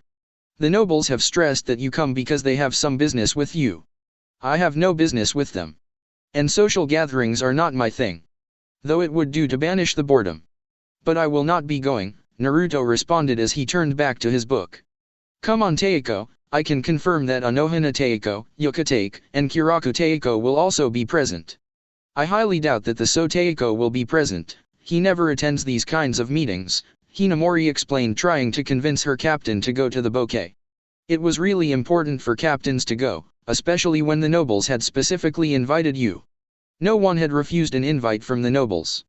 They had some say in the matters of Soul Society. Refusing their request would only make them dislike you, but then again, her captain would not care about that. Even though Anohana would be there, he was not going. It was obvious that Shutara was also going to be present at the gathering. She was a woman and would not miss such an event. But the fact that she was going there did not mean that he too was going to go there. The woman could go by herself. It sounds interesting, but no. Well, I tried convincing you to. Hinamori trailed off when the doors to the office opened. Yukatake and Shunsui entered looking lively as always. Hinamori quickly excused herself from the presence of the 3 captains and went her merry way. Shunsui was holding 2 bottles of sake and 2 saucers, while Yukatake also held 2 bottles in a single saucer. They probably knew that he did not have such things inside his office. What a surprise! He was certainly not surprised to see them. Ah, you can still be sarcastic, Shunsui noted, smiling. Well, anyway, we decided to come here since it is apparent that you won't go to either of our barracks. Naruto closed his book and placed it on his desk. He stood up and walked towards another room next to his office. The 2 captains followed him silently and they sat down around a small table. This feels rather nostalgic, the blonde stated as Shunsui poured the cups with sake. We have not done something like this in a long time. Since you left the academy, we never really got together, Yukatake said as he took his cup and sipped some alcohol. We did hang out though, it was just never fun since nothing ever seemed to interest you, Shunsui added as he too took a sip from his cup. Is that so? Naruto said, not seeming uninterested or interested in the subject, he was just neutral. He stared at his cup for a few moments. He has not drank sake in a very long time. His tongue must have probably lost its taste. Sighing, he took a cup and gulped everything in it in one go before pouring himself another round. He did with it as he did the first round. If you continue to drink like that, we will be out of sake in the next minutes, Shunsui commented on the way Naruto drank. He always drank like that. It was like an impossible task to get the blonde drunk. In all truth, no matter how many drinks the blonde had, he had never seen him drunk. It was a mystery to him how the blonde could tolerate alcohol in his system. What pissed him off was the fact that the blonde never gave out his secret. Naruto merely shrugged. I never thought we would once again sit like this and share a drink, Yukatake stated, smiling. Yukatake, you are still the same as you were back then. I would have thought that you would have at least changed a bit. Look at you now, your body is frail, you are sick. You can't even fight at your full strength because of it. It was not the first time he stated those words. It just disturbed him, which is why he always said it. Ah, you are still honest as always, Yukatake always gave the same response. But my sickness is not something I can control. Things that we don't expect to happen always happen. It is not like you can control everything. It is possible to be in charge of everything, that was not so correct. Things he did not expect often happened. But he always took charge after that. But you too, unlike Yamamoto, never did like playing, so I guess you now have a good excuse why you can't fight. I still don't understand your lack of desire to fight. A good fight is not that bad, but a fight does not always solve everything. And I dislike fighting because it involves blood being shed and needless deaths being caused. If it was not that you are a good person, I would have killed already for your attitude, Naruto stated bluntly. He then turned to Shunsui. And you would rather lie down and have sake rather than fight. With all your powers, you still refuse to use it, he paused for a moment. Your unwillingness to draw out your swords annoys me. How so like you, Naruto, to call one a good person and an annoying person at the same time, Shunsui commented as he smiled. He watched Naruto pour himself another drink before taking a sip. He seemed to dislike drinking via the small cup because after the sip, he downed everything and crushed the cup. Can Tiretsu heal you? She is the best healer in Soul Society. He had never spoken to her about it since it was not important. But she had informed him that Yukatake was sick. No, Yukatake responded, shaking his head to emphasize his answer. I never thought that you would speak like this, Shunsui commented. He had thought that the blonde would be about business and nothing more. He had been like that after he became captain. Small talk was not something he did. It is not like I can kick you out of here, Naruto responded calmly before pausing for a moment. He then corrected himself, no, I can kick you out, but it would be annoying since I know that you will return again. And I can only talk like this since it is you guys. You can hardly pick up any serious conversation. No wonder I find no interest in your presence, yap, he said it. I don't know about you, Yukatake, but I am hurt by those words, Shunsui stated jokingly. He did not mind the words Naruto had said. He felt no insult in them. What brings you here? I doubt you would have come here just to share this sweet drink with me, Naruto said, somehow managing to look straight at the two simultaneously. We came here to check on you, Shunsui responded, earning a blank look from Naruto. Yukatake sighed, knowing that Shunsui was only messing with Naruto just to see his reaction. We came to talk about your sealing, unsealing, Aizen and his plans, your visits to the human world. Speak, I am listening, Naruto responded, looking a little interested in what the two captains had to say to him. They never got the chance to talk since he was always busy in the past months because of his condition. He hated weakness, and since during those past months he was in weakness, he avoided meeting captains. The younger generation would never suspect anything wrong with him. Their little heads would be busy thinking about his reputation to think of doing anything. Later, Shunsui and Yukatake were smart. They had already discovered what Aizen was planning to do without anyone to help them. He could give them a smile since Aizen is said to be quite crafty for a child. The man had fooled the entire Godi 13 for all his time as part of the Shinigami organization. He did not give them anything about his sealing. He only told them about his battle with the Royal Guard. They had no witnessed the battle since they had been told to leave his dimension. He would never tell them anything worthwhile. If he did, he would have to kill them. No, that would be drastic. He would only put them out of commission until he had reclaimed his glory. He was not always going to be in Soul Society. Their power would be needed for stability since he would leave this place once he reclaims his glory. Their experience with Aizen was nothing more than Hinamori had informed him about. He had gotten all he could about the man from the girl. Over the past months, he never gave Aizen much thought because of his dire situation. His survival was far more important than what a rogue captain was planning. He only put far more focus on planning his rebirth.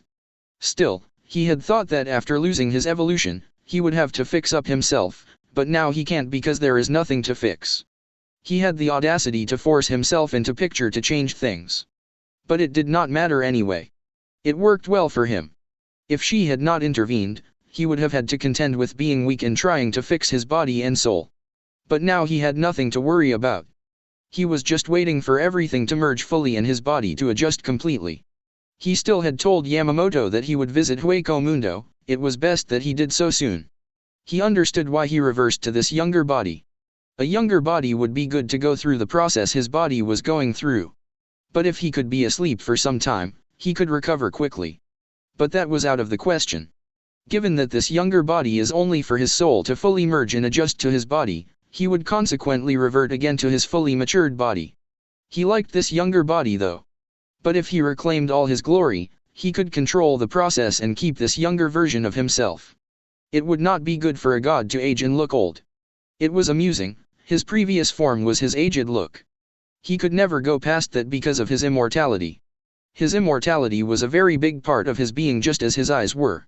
"It is rare to find you sitting in your office," Anohana stated as she walked into the office.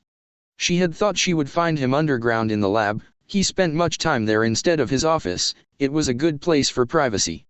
"There is little that is interesting here. I wonder how you can keep smiling like that all day given all the nonsense you have to deal with," Naruto responded, standing up. By nonsense, he meant some of the duties of a captain, like doing paperwork. He walked over to the couch and sat down, inviting Retsu to do the same. The woman then walked up to him and sat down beside him. "I take my responsibilities seriously and don't see all my duties as trivial. That is why I can still smile at the end of the day," Anohana responded, looking straight at Naruto. "You are a very bad host. You can't even prepare tea for your guest. Must I always make myself tea when I come here? If that is your attempt for a joke, it is not amusing," Naruto responded to Retsu in a calm and relaxed tone. "No, I am being serious, Uchiha Teiko." Naruto was silent for a few moments before speaking again. "Since this day seems to be a day for trivial talk, let me speak then. What happened to you? Where is that smile you used to wear each time we crossed blades? I liked it. It took you more than 3 months for you to finally say that," Anohana responded, seemingly amazed by these feat. Of course, Naruto did not respond to the comment. He merely waited for her to respond to his question. "You will see it should you choose to cross blades with me. Our old stage has been destroyed. And we cannot have fun so close to children. I dislike it when children watch me have fun," Naruto responded, looking thoughtful. "Destroyed? Last time I checked, I had made sure it was not destroyed," Anohana responded with a raised brow. She had restored the place after Naruto had been sealed. Their stage was their own little private ground that they used only for fun. It was out of Siriti and away from civilization. I destroyed it beyond repair when I was unsealed. I was using it to see if I could still dance well. Before Anohana could respond, Shutara came in and spoke. "Another place that has been kept a secret from me," she stated as she walked over and sat between Naruto and Retsu. Your whining is starting to get on my nerves, Naruto stated bluntly, looking straight at Shutara. His tone was a little bit icy. But the mood did not change around the room as Anohana still maintained her smile, and helped by the next words Naruto spoke. Have you finished everything? Shutara nodded, knowing that she was not going to get anything. Perhaps we should take her to another location when we go for our next play. I have not had one in a long time.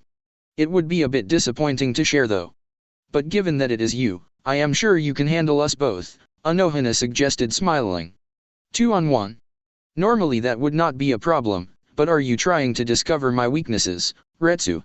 That is, if you have any weaknesses. He has them given his current form, Shutara spoke before Naruto could respond. Her tone seemed sure that Naruto had some weaknesses in his current state. And I would not mind teaming up with you to discover them. The following day. Welcome to my world of Tsukuyomi, Naruto said, walking towards a standing still Anohana. The scene changed from one that was merely illuminating the red moon that was like Naruto's eyes.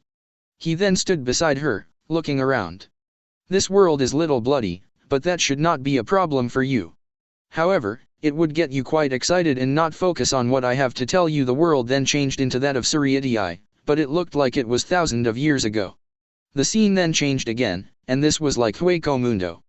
But there were statues of Naruto wearing an armor and another man beside him. He too was wearing an armor like the blonde. Despite being statues, they looked alike. At the same place, despite the lack of trees and everything, there was a waterfall between the two statues. It was just like the Valley of End, without the surrounding trees and all forms of life forms. What is this place? Anohana asked curiously. She had never seen anything like it. She thought that the world was real, but was curious as to how there could be water in such a dry place. The water also seemed to come from nowhere and ended nowhere. It was all in all a curious place. Naruto snapped his fingers and shelves with books appeared. He picked up a black book with the title, The Sage. This is my world. But you would not actually believe it if I told you that this place exists in Hueco Mundo. I do find it hard to believe that such a world could exist. How can there be a water stream in that place? And what of the statues? Follow me, Naruto stated as he opened the first page of the book and began to walk towards the waterfall. He walked past the stream of water that was flowing down and entered another place. It was a huge compound and it seemed old, but nothing was broken. It was also empty, there was no sound coming from inside. Naruto still at the entrance, he did not go in. This is my house, it also exists in Hueco Mundo, behind the waterfall. As you can see, it is quite old. I myself have not been there in over 1,000 years. To answer your questions, the water does exist, it comes from a well that I created. For the statues, it is I and my grandfather. We lived here for years together. That was more than what Anohana had expected to hear. You have a house in Hueco Mundo and a statue of yourself. You also had a grandfather. Yes, but the house is in parts of Hueco Mundo that no one can enter. Well, you can say that it is not inside Hueco Mundo. However, it is connected the world, you can only enter from there. The entrance is deep beneath a place they call the home of the god of Hueco Mundo. Anybody who got close to the place was killed. But that was just a long time ago. But the killings went on for years before it became just a rumor. But still no hollow dared to enter the home of the god of Hueco Mundo. A large forest that reeks of death surrounds this place. The last time I went there, I had placed a barrier that ensured that no hollow could enter. And also placed the strongest Vastolord I found during that time to stand guard. Anohana was silent for a few moments as she absorbed all this in. So you lived in Hueco Mundo for a period of time. But you still have not answered my other question. You are taking this rather well. Well, I did expect you to be this way, Naruto said, still looking at the compound in front of him. It is hard to believe that you lived in Hueco Mundo for a period of time. But given that it is coming from you, I have to believe it and I expect anything from you. However, I have to say, I never expected such a revelation, Anohana responded calmly. Some slight surprise was clear from her tone. Never had she thought he would have lived at Hueco Mundo. She had thought that he had been in Soul Society before she met him. He also had been very young when she met him. He acted a lot mature for a young one though. Even when he became friends with Shunsui and Yukatake and started acting like the former, she was the only one who knew his true self. And yet, he had kept something like this. You must have questions about this. But I assure you that there is nothing false. I have lived here. I guess this can explain to you why I could use hollow techniques better than some hollows when we used to have fun. I don't doubt your words. I am still amazed that you kept those powers a secret from everyone for more than 1,000 years, Anohana stated with a small smile. Only she knew he could use hollow techniques before it was discovered by Yamamoto when they battled. The blonde was indeed capable of hiding things and blending well with the crowd. He managed to blend well when Yamamoto recruited him to the Shinigami Academy. All that time, no one was able to know that it was not his nature, but just a play for him. Yukitake and Shunsui still believe that he changed because he had grown powerful. What they don't know was that the blonde had always been powerful and with the same attitude he has now. They had just been too blind to see it. Well, they could not be blamed. It was necessary at that time because I was still making preparations and I had yet to become fully strong. If I had relieved the ability at that time, Central 46 would have called for my execution, not that they would have succeeded, Naruto stated smoothly. He could have left any time he wanted to without them being able to touch him. But at that time, he needed Soul Society for all his preparations. Anohana nodded. They certainly would have tried to kill you. She paused for a moment trying to get back to the main subject. You say you have not seen this house in more than 1,000 years, do you think it still exists? More powerful hollows have come into existence during that time, they could have found this place and do with it what they pleased. I told you that I made a barrier around the forest. And only I can pass through the gate into this place. The forest is also filled with giants. No hollow can get through the barrier. As long as the barrier stands, no hollow can pass through it without ceasing to exist. What is inside cannot go out and what is outside cannot get inside, Naruto explained. The barrier was like an anti-hollow barrier. It kept them all out from the forest. And there was a Vastolord slept inside the forest. It was like a watchdog. It was also very strong, the younger captains could not kill it. It would tear them apart. There has to be something that sustains a barrier like that, Anohana noted. There had to be something that was supplying it with power to keep the barrier active. Without something powering it, the barrier would surely fall apart. The water, even though it is somewhat on another dimension, it is not just normal water. You can say that it is alive as it has its own will. The water itself is filled with spirit particles that are very dangerous. If anyone the water dislikes drinks of the water, that person will die. The water is like a source of life, it can give life to anything at the same time it can also take life. Everything you saw before and see now exists because of the well. Without it, everything would cease to exist. Nevertheless, it cannot be destroyed and if becomes corrupt, it can become very dangerous. How dangerous? Anohana questioned in a tone filled with curiosity. I told you, it has its own will. It can also give life, that means that if every hollow had access to it, there would be no death since if a fragment of a dead hollow were to be thrown into the water, that hollow would be revived. And if the well likes you, you can get a power boost, Naruto stated. This was the first thing he created with the use of his other eyes. He called it, the Fountain of Life. The place itself was called Eden. So is this a creation that made you believe you could be God? Anohana questioned smiling at the blonde. No, Naruto responded calmly. He already knew he could be God even before the waterfall was created. He already knew that he was special long before that. The waterfall did nothing but to confirm his majesty. So that is why it is protected. But still, it is hard to believe that something of that nature could exist. Even the thought of you creating that thing makes it a bit unbelievable. However, you did say you had control over life and death. Retsu paused for a moment. She tried not to be overwhelmed by all that the blonde had told her. I assume that no one has seen it, that is why I have never heard of it. I told you, only I can enter this place. Nobody else knows of its existence and I never left any record of it. The gate towards Eden cannot allow anyone other than I to pass. But given the well's behavior, it can allow anyone it chooses to enter, Naruto explained briefly. It would have been foolish for him to leave something like that unguarded. He had made good to hide its existence. If hollows knew of it, they would have died trying to get past the gate. I understand that. But what if a Shinigami were to find it? You said that a hollow could not pass through the barrier, not a Shinigami. If our kind were to find it, would not they have discovered something? Aren't there some records inside the compound? A Shinigami can pass through the barrier. If the well permits him/her to see the gate, he can enter. But to do that, he would have to pass through my watchdog. Even if he does get passed through my watchdog, there is nothing useful to find in there. All records and information stored can only be read by my eyes. What one would be able to discover is that I used to live in there. Naruto responded, not even looking alarmed by the fact that a Shinigami could get into his house. He had taken every measure to ensure that everything about his history was kept hidden from each eye, except his. So you are not afraid of anyone discovering the well? Well, you know how to keep things hidden and cover your tracks. You have left nothing about yourself in Soul Society, aside from the little detail in your house. No wonder you were gone for almost 1,000 years and no one aside from a few were able to know that you even existed, Anohana stated calmly. The blonde was good at keeping things hidden. He was like a snake in this regard. He could waltz over Soul Society in a sunny day and no one would be able to know that he had been there.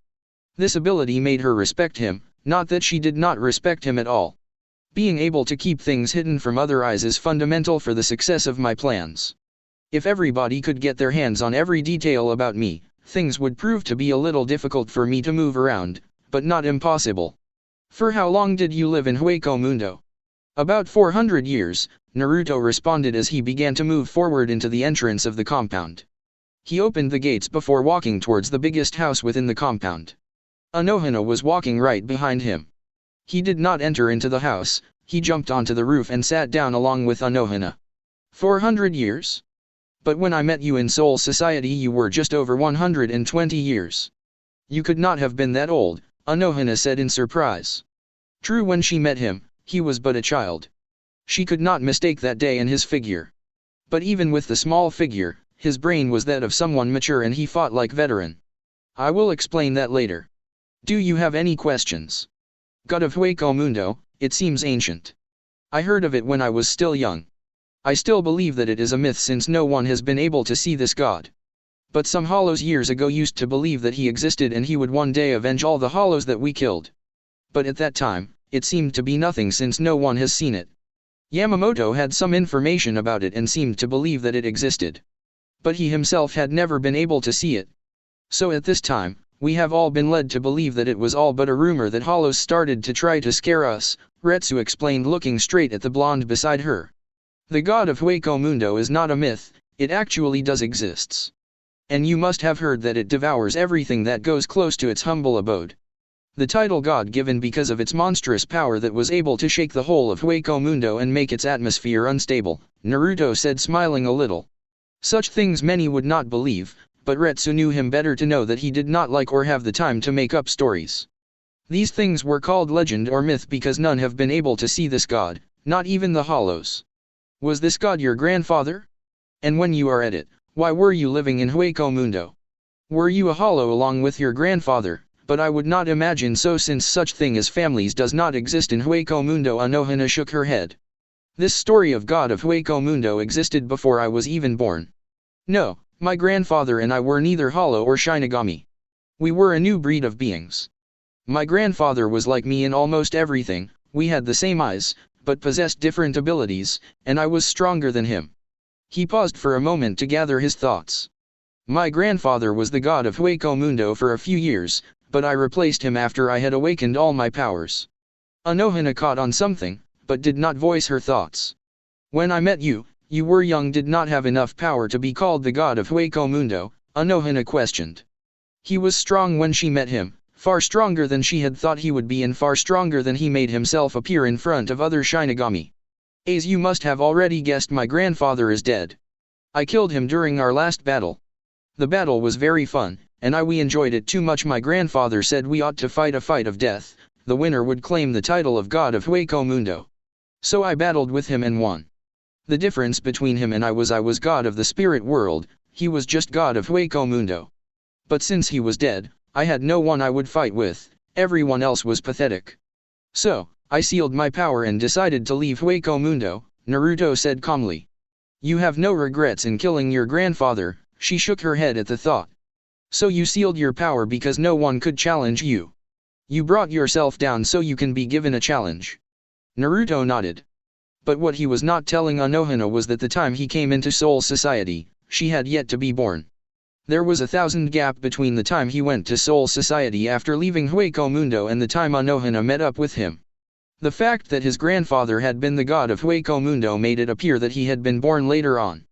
But that was not the truth. Anohana just did not need to know all of that. It was too early to tell her that. She would be told, but now was not the right time. This puts you over 3,000 years, Anohana said, looking around the compound. She could tell that they were inside a confined area behind the waterfall. Looking up at the sky, she could see stars and the moon. They all looked far away, but yet they were near. The compound was surrounded by some sort of wall that prohibited one from seeing beyond. She assumed that there was nothing beyond the wall. Age does not really matter to me. And you forget, I have not lived all those years since I was sealed for almost 1,000 years, Naruto stated with a small shrug. That was indeed true. This put him back to having lived for around 2,000 years. Even though he was alive during the years of his sealing, he did not actually live those years. You became the god of Hueco Mundo after killing your grandfather. You surprise me, not that you killed our own grandfather, but that you had family. Given your nature and the fact that you are neither hollow nor Shinigami, I had assumed that you might have been some spirit that was born from nothing. Naruto ignored the comment. You asked me why I appeared young when you met me. It is because when I sealed my power, my body reverted to a younger look, he explained an earlier question Anohana had asked him. That was partly true. He just put it in a way she would believe without putting gaps. Anohana nodded silently. This was big. She had never thought that Naruto's background would have been like this. She never asked about it before and he never said anything about it. They just lived their lives without asking too much unless the subject was put into discussion. However, even though she did not know much about Naruto's past, he knew everything about her. He knew what ticked her off, what got her excited. It was very hard to keep everything about her from him. Still, even if she would have liked to keep secrets, she would never have gone far. It was impossible to lie to him. She knew that and had a way of dealing with it. There are subjects she refused to talk about. Aizen, Anohana said as something clicked within her head.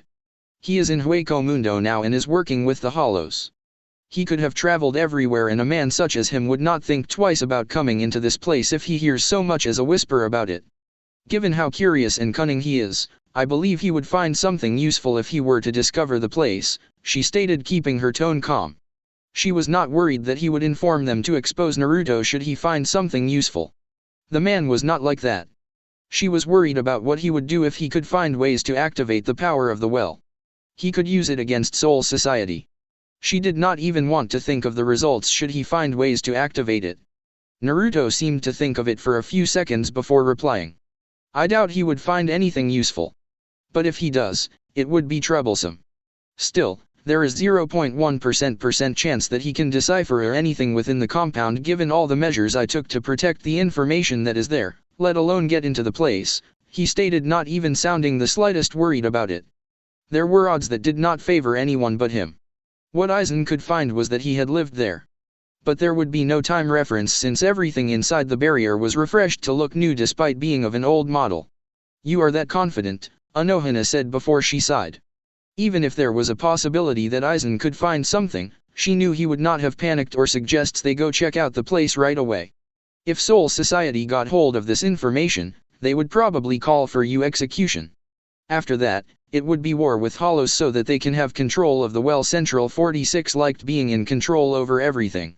If there was something that could empower the Hollows, they would not waste time to destroy that thing. But given the usefulness of the well, they could simply decide to take it for themselves. They would do something like that, Naruto agreed shortly. He had no single doubt that those foolish weaklings of Central 46 would attempt to gain control of the well if they knew of its existence. He would certainly not allow them to do something like that. The Hollows themselves would not sit back and watch the mortal enemies take something from them. Perhaps I should take you there one day, he said, looking back at Anohana. The Hollows would certainly not accept our visit, Anohana stated. Shinigami and Hollows did not like each other. They hated one another to the core. Why have you shown me this? There will be a time where I will not be available, a time where I will be beyond reach. It shall come a time when Soul Society will brand you a traitor and wish to exterminate you. But you will not allow yourself to be killed, you will come to this place along with Shutaro without fighting anyone. This place will be your hideout until I return. It was like he was prophesying. If things go as he planned, it was indeed going to happen as he had said. Retsu would be branded a traitor along with Shutara when the time comes. And during that time he won't be there to protect them. He will be away, out of reach. No one will know where he is, no one will be able to locate him. I knew a day like that would come. She was not surprised that because of her involvement with Naruto, she would be called a traitor to the Soul Society. Well, she is prepared for anything. She would happily give up her life if the choice was to fight to survive. But it seems that Naruto had made all preparations. Where will you be and what will you be doing? Naruto merely smiled. I cannot tell you where, but I will be making final preparations. What exactly are you planning, Naruto? Naruto snapped his fingers and they disappeared.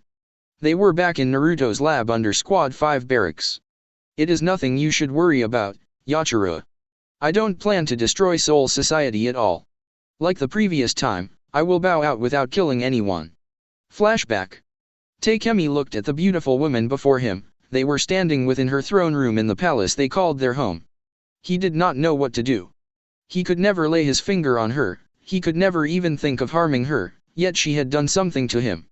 Her reasons did not matter to him, and even if he could not understand her reasons, he still could not lay his finger on her. He could feel that something had been done to him ever since he woke up from his routine slumber. Yet when he came here, he could not escape her, when her binds stretched forward to bind him. He could have just blasted them away, but it was her, he could not do it. What have you done to me? He questioned, keeping his tone low and calm despite the alien feelings he felt inside his heart. What have you done to me? He repeated the same one's question again, looking straight at her. She smiled at him, it was a sad smile he knew too well, and she was trying to hide some guilt. I am sorry Takemi, she said simply, bowing her head a little. He could swear that the woman before him was crying. But he could not move, nor see her face clearly. What have you done to me? For the third time he repeated the same question. She stood up from her throne, looking a bit shaken. Despite her young looks, she was really old. When she walked closer to him, he could clearly see that she had been crying, why he could not figure out. She then put on a brave face and spoke. You know very well that aside from your feelings of me, there is nothing inside of you. I have talked to you about this, I have been fine just the way I am. And feeling something is already a weakness. My feelings for you are enough to cover every other feeling. As long as I know love, I have no need for any other feelings, Takemi responded calmly, looking straight at her eyes. Her sad smile widened a bit. I am sorry. I truly am sorry. Because of what you feel for me, you will experience betrayal. Perhaps I should have never met you to begin with. If I did not meet you, I would not be forced to betray you. But this is something that must be done regardless of my feelings for you. He suddenly had a sick feeling in his gut and for the first time in like forever, he felt something akin to fear. He knew that she was very capable, but her power did not frighten him, there was no one who was stronger than him, yes, and he was God in all worlds. But she was a different story. What have you done? Before we fell in love, you had no heart, you were just hollow, there was nothing good inside of you, you were just a being of ridiculous power that was certainly not good. You were dark, Takemi. And despite being total opposites, I gave you a heart, and you loved me with it. Over the past 150 years, I have been trying to change you, but I have failed, it is impossible to change you. I wanted your power to be used for good, which was why I wanted to change you. My time to die will come soon, but you will remain. You cannot die, you have stopped aging, you are immortal. I asked myself, what would happen if I died? I am the only thing that keeps you grounded, but without me, you will start using your power, I fear that. I know for certain that if I die you will not stay around to look after my son, despite my latte's husband request. Let us be honest, you care for nothing but me, even my own son means nothing to you. I still don't understand why you call that thing a child. But that is not important right now, he stated, still immobile because of the bids that reached down his soul. I have told you that you will not die. I know your time is near, but I can restore you. It is not beyond my limit to make you immortal as well, but something like that would require a sacrifice. If you do not wish to be immortal, I can always take you to Eden. Your body will be restored and your sickness will vanish. Life has a beginning and an end, Takemi. You only know to live eternally, but you are still younger than I am. All your life, you have only known to end life, those around you live as long as you wish for them. But I cannot live forever. While I do admit that the idea of spending more time with you is appealing, for the good of the spirit world, I must forget my personal wishes. You are starting to talk like that fool, he gritted his teeth slightly. Answer my question, what have you done to me and what is the meaning of all these that you are saying? Tears came out of eyes, but she wiped them off and smiled at him. I tried to make you good, but I failed. Over the past 150 years, I have been working on a special seal that would seal all that is dark inside of you and leave only the heart I gave you. But it was a failure. I really wanted you to live with me, I wanted you to be good so that I would not have to do this. I would have been okay with it even if you hated me for doing it, but as long as I did not have to do what I am going to do, I would have been happy. That feeling again, still, he did not know how to deal with it. What are you planning to do? The seal itself was not a failure, the thing is that, even after I took away most of your darkness, you are still cold. Takemi, both her hands were shaking as they made their way towards his cheeks. For a few minutes, she ran her fingers across his face, feeling every part of it. The distance between them was reduced as she moved to kiss him. After a few moments, she gave him that sad smile, again. I am sorry. What have, he trailed off when she silenced him. My son cannot control you. I don't think he can, even if he could do it he would not. Despite how you see him, he sees you as family and cares for you more than you think. You have really done well to keep the spiritual world from collapsing with the death of my late husband. I realize that your power is something frightening. Despite the laws that bind you, you still impose yourself as God. I was lucky that you had sealed some of your powers. Otherwise, you would have foreseen this betrayal and you would have chosen a differ. She stopped as she started coughing violently, leaking some blood at the same time. My time is near, she paused for a moment. When I sealed your most darkness, I also sealed most of your powers, on my own seal, destroying yours. What I did not expect was your darkness having a consciousness of its own. It was just another replica of you, but with no heart like you were before we met. If I allowed him to leave, destruction would only follow. I was forced to bury him deep within your soul. You did not recognize it because you were slumbering, and I ensured that you did not wake up. But now that you are awake, you must have realized it already, especially since the seal has yet to fully lock. Takemi, you cannot longer use all your power. But don't worry. I am going to make you forget everything. I will make you forget about me, everything. You will start a new life. I will force your mind and body to revert to a child's, and then seal you. When you finally wake up, but not fully awake, you will not remember a thing about us, but you will start a new life. This heart I gave you may perhaps lead you to finding love again. There is a chance that you might remember, but your power will no longer comfort you, it will be gone. Even if you fully awaken, your power will not. If things go as I planned, you will only remember Uchiha Naruto, you will forget Uzumaki, and Takemi. I am truly sorry about this, but it has to be done. If I do this, you will no longer cause everyone aside from us to die, perhaps you will be reborn as a good person, that is my wish. I did not fall in love with the good you, I fell in love with the real you. I do not wish to change you for me, but for the sake of the spiritual world. I love you, Takemi, and will always do. With those last words, unimaginable pain shot through his body, causing him to let loose of a screech that resounded around the entire dimension. While all this happened, a pair of eyes just watched silently. Flashback end. Naruto, Shudera called out to the blonde who was inside his library looking through some old books. There is a woman looking for you, she said, knowing that he would not have responded if she had not said those words. It was sometimes annoying that she had to explain herself when she calls him. Calling him by his name sometimes did not do it unless you stated the reason for were calling him.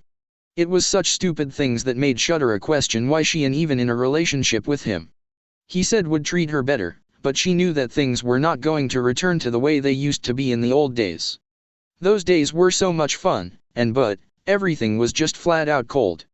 Naruto turned to look at Shudera. It was still early in the morning, he would not have thought that someone would come looking for him at this time, especially given that he wasn't familiar with anyone who Shudera would call women rather than their name. Who is she? Yuriyuki, Shudera responded, looking straight at Naruto, trying to figure out what business he had with this woman. From the look on his face, he seemed to recognize the name. It was not that she did not know Yuriyuki, she knew her. She was a former member of the Royal Guard, knowing everyone who was involved with the Godai 13 was her business. What she did not know was what business she had with Naruto. She had never seen them together, nor has she heard the blonde speak of her name. Oh, the former captain of the 2nd Division, Naruto said, more to himself than Shudera, but she heard him. She must have been sent by Urahara if she was here. He had no business with her. I did not know she was familiar with you, Shudera stated, trying to pry for information from the blonde. But all she got was a blank look from the Naruto. I can't help myself if another woman comes in here looking for you, she said, defending herself. This was their home, a home that was away from Siriti. Even though they were away from where they worked, she liked this home Naruto had built for them. There was some quietness around here, and she didn't have to contend with everything that went about in Siriti. Naruto did not respond. He walked towards the living room where Urayuki was waiting for him. Shudera followed him from behind. Urahara sent you here, I presume, he stated, looking straight at the woman who nodded in agreement. He said he has found a breakthrough and would like you to come and look at it, she stated calmly. Her eyes then turned to Shudera, who was standing beside the blonde with the hands folded on top of her bust. The woman was truly beautiful. She felt somewhat jealous for her beauty. She wondered how the woman got the blonde working, since he seemed stiff and uninterested in anything. If anyone was able to get him up, then they had to have something special. She'd tried to get some reaction of Naruto, but he merely gave her an amused look. He didn't even seem to be interested in her body or anything. You are his messenger then, Naruto stated, to which Urayuki's eye twitched at being called Kisuke's messenger. She was many things but not that man's messenger. Urahara may be smarter than her, but she was not his messenger and would never be. What annoyed her more was that Naruto was not asking her if she was one. He was merely making a statement of fact like it was the hard truth. Let him know, I will come, the blonde said before turning away from Urayuki. He seemed to be heading back to his study. He said he wanted to see you now so he could continue with his research, Urayuki stated, stopping Naruto from his tracks, for a second though. I will follow shortly, the blonde responded without even turning to face the former head of the Shihoin clan. He needed to speak with Shudera before doing anything else. He was also not the one to dance at anyone's song. Is he going to come? Urayuki asked Shudera, who still stood still as if she was waiting for her to leave. The woman nodded. I will take my leave then, the goddess of Flash said, but she got no response from Shudera. She did not mind though, she simply disappeared in a flash. She needed to deal with some things before returning to the human world. She had done what Kisuke had requested of her, the rest was up to the blonde. Shudera followed Naruto slowly into his study and stood at the entrance. She found him sitting down on a chair as if he was waiting for her. What are you really doing at the human world with Kisuke? I overheard the captain, the 12th Division captain, speaking about your visits to the human world. Despite not using the Senkaimon gate to go the human world, they can still monitor the things that happen there, she explained calmly. Still, Shudera didn't think that Naruto was stupid enough to think that those people wouldn't know that he visits the human world. He'd have to completely hide his Ryutsu signature if he was going to avoid any of those people. I am aware of that. But it is not everything that they can see. I can go to the human world and stay for a while and they would never know of it. The only reason they know I have been going there is because I was not trying hard to hide my visits to the human world, Naruto responded calmly. He was not foolish to believe that they could not be able to monitor some activities in the human world, especially by hollows. Shudera stood silently waiting for him to answer her other question. Naruto sighed as he responded. I have him solving something for me. It is quite important. What is it?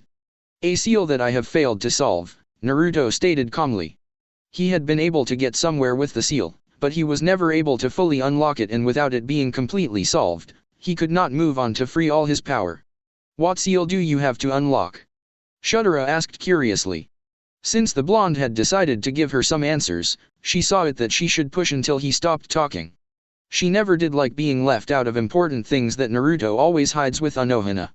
The woman was also someone she could not force to tell everything her man had told her. Something powerful, Naruto responded without going much into detail about what it is that he wants to unseal. You will find it soon after the seal has been deciphered, he added, seeing the look she was giving him for his lack of saying something tangible. Shudera nodded. Will you return early today? You and I never do anything fun. You are always doing things you deem important, it seemed like a complaint. Naruto chose to ignore her words because he had something better to say rather than what Shudera had said. I will go to Hueco Mundo today after seeing Urahara. You should come with me when I go to see him. Sorry, Shudera said, shaking her head. I have some important things to deal with at my division. I need to tidy things up and make things function to my liking. I would recommend that you do not come back tomorrow, but today. If you don't do that, I might have take advantage of your weakness. She had a straight face as she said those words, meaning she was completely serious. She was not going to have him leave and then not come back for a few days. She wanted him at home before the next day arrived. You have been getting good at making threats, Naruto stated, standing up. But then again, she had always been forceful. Perhaps it was because now she had recovered her high morale after everything that has happened. He walked over to her and kissed her on her right cheek before disappearing into thin air. Well, things are certainly looking good these days, she said to herself after the blonde had left. Human world. After getting traces of his Ryatsu, I was able to analyze it and I found some interesting things, Urahara stated to Ryokan, Ishida and Isshin. They were in the underground training ground under his shop. He had called them to discuss some things before Naruto showed up. He wanted to prove his hypothesis by testing it on Naruto. But he blonde would not be aware of that. What did you find? Ryokan Ishida asked impatiently. He was still not pleased with the fact that Naruto could not be hurt by his attacks. But Urahara had been working on something to correct that abomination of a reality. Ever so smiling, Urahara responded. Your attacks, Quincy attacks to be more precise, are Naruto-san's weakness. There is a saying that nothing can kill him, but a Quincy could kill him. I don't know about now. It seems unlikely. I am not yet sure why, but his Ryatsu acts wildly when in contact with your power. A Shinjiro could seriously wound him. You are not making sense, Kisuke. Why didn't that happen when I tested him with Isshin? Ryokan questioned, a little bit frustrated by Urahara's response. He had fought the man and nothing happened. Yes, that is true, nothing happened because he has a way of negating those effects to his advantage. I don't know he is able to do it, it was very complex, but within time I may be able to understand it, Urahara explained calmly. It still amazed him that Naruto could turn his greatest weakness into something futile and useless. To be able to understand negate everything, Naruto must have done some extensive research. Exploring it all was something that Urahara relished. Still, there were many questions that rose in him. Why does Naruto's power react wildly to the Quincy power? You have not said anything that is helping, Kisuke, Ryokan said, reminding the man that his problem was still unsolved. The man was saying things that were past, but now he could not wound the man. He needed something to help him deal with the problem. If you could wait for Urahara to explain himself fully, he might have already told you something good, Isshin stated, looking bored. But I guess the fact that your attacks only tingles him has hit you pretty hard. A snicker was sent to the Quincy with a mocking tone. Before Ryokan could respond, Urahara spoke. I have made a device that will make your techniques effective, the man revealed, handing out two small metal devices. The devices were very small, they were white and shaped in square. Attach them to your bows, he instructed. The two Quincies did as told and attached the small bugs on their bows. The bows glowed lightly. Urahara smiled proudly at this. What are they? Uryu asked, speaking for the first time. He was curious because the moment he attached the device, his bow felt a little heavy than normal. I will tell you their function. They work on to increasing the density of the reishi you gather for your arrows. Your bows now feel a little heavy, that is because the device has already attached to your bows completely, uniting with it. I realized that to break through Naruto-san's defense, a dense weapon had to be used. This also makes your arrows much more powerful and faster than before. He paused for a moment. I don't know if they can do much damage because Naruto-san's Ryatsu is quite dense, it is denser than anything I have encountered before. But this is worth a try. Ryokan pointed his bow to the other side and shot an arrow. The speed was fast and quite unpredictable. But he was not having the accuracy he always had before. Well, you are correct, I can feel that this has become powerful, but it takes much energy, he noted. This meant that he could not shoot many arrows like he used to. But if it was the price for power, he would pay it without regret. Ah, I have an idea. Urahara exclaimed happily. The others looked at him curiously. Ryokan-san, you can target practice with Uryu-san while Isshin and I watch father and son battle. This will improve your control over the improved bows and sharpen your accuracy. Isshin sweat dropped at first, but liked the idea a second later and actually nodded in agreement. Father and son stared at each impassively. Uriah responded by shooting the first arrow. But he missed horribly. And then it started. I just hope we won't end getting hit too, Uriah said as the two Quincy's started shooting at each other. It was obvious from the start that Ryakan was by far the better between the two. His attacks were fast, a lot more precise and accurate than Uriah's. The latter was obviously struggling to control the bow armored with denser reishi. Ishin looked at Uriah. I wonder what Naruto-san will do when he discovers your little invention, he stated. If the blonde had worked hard to manage his weakness, he certainly wouldn't be pleased if someone had found a way to expose it again. He just hoped that trouble didn't start because of this. There they enough problems to deal with already. The hollows coming here into the human world were coming in regularly and each came stronger than the previous one. I wonder about that too. But this step was necessary, don't you think? Ishin nodded. Even though they were not planning to fight Naruto, they couldn't refrain from taking measurements to deal with a fight with him should it be unavoidable. It never did hurt to make some precautions. Even if he had been in Uriah's position, he would have done the same. Not just for Ryakan, but for their safety as well. Hours later, Naruto appeared in Uriah's training ground in a swirling vortex. He sensed that there were people in the place, so he would not need to call anyone or look for them. But his business was with Uriah, he did not need to talk to anyone. He walked calmly towards where he sensed people. But stopped on his tracks as he sensed something coming towards him, fast. It was coming way faster than he would have thought. He managed to tilt his head sideways to avoid the arrow that had come his way. There was a small explosion behind him that made him raise a curious eyebrow. He did not think that those things could be so powerful. But he also noticed that the arrow would have hit him, meaning that it missed. The position he was in was not the safest for him to dodge. Lucky for him, the shooter missed him. The arrow was coming way faster for him to dodge when he was not facing it. The fact that it missed meant that the shooter was not a very accurate shooter. He narrowed his eyes behind him as he sensed someone. He turned around ignoring the first person who had shot an arrow at him. The first one was weak and the other he recognized. Is this a lovely welcome, he stated, not concerned by the welcome he had received. This was the second time the Quincy had attacked him. But, I have already told you, he trailed off when he realized that the Quincy was not listening to him. Instead, both of them were preparing to shoot at him. Like both men were in sync, they shot their arrows at the same time, not giving Naruto time to escape. The bows were still coming pretty faster. He noticed that they were coming faster than before. This speed was proving to be a little troublesome to deal with. He disappeared from his position in a quick flash of black. The arrows had been pointed at his head and waist. When he disappeared, they carried forwards the Quincy's as they were on the path of the projectiles, but they seemed to have predicted this and quickly disappeared from view only to appear near the captain of the 5th Division. They noticed that his haori was slightly torn around his waist. It meant that one of the arrows had gotten him. Another arrow was shot at him by the older Quincy. Naruto stood still analyzing it with his yes. He had already noticed that it was not just the speed and power that had changed in the arrows. He held out his hand as his eyes spun around like a wind wheel. Time seemed to slow down a little. The arrow then reached him and pierced through his palm, leaving a gaping hole on his hand.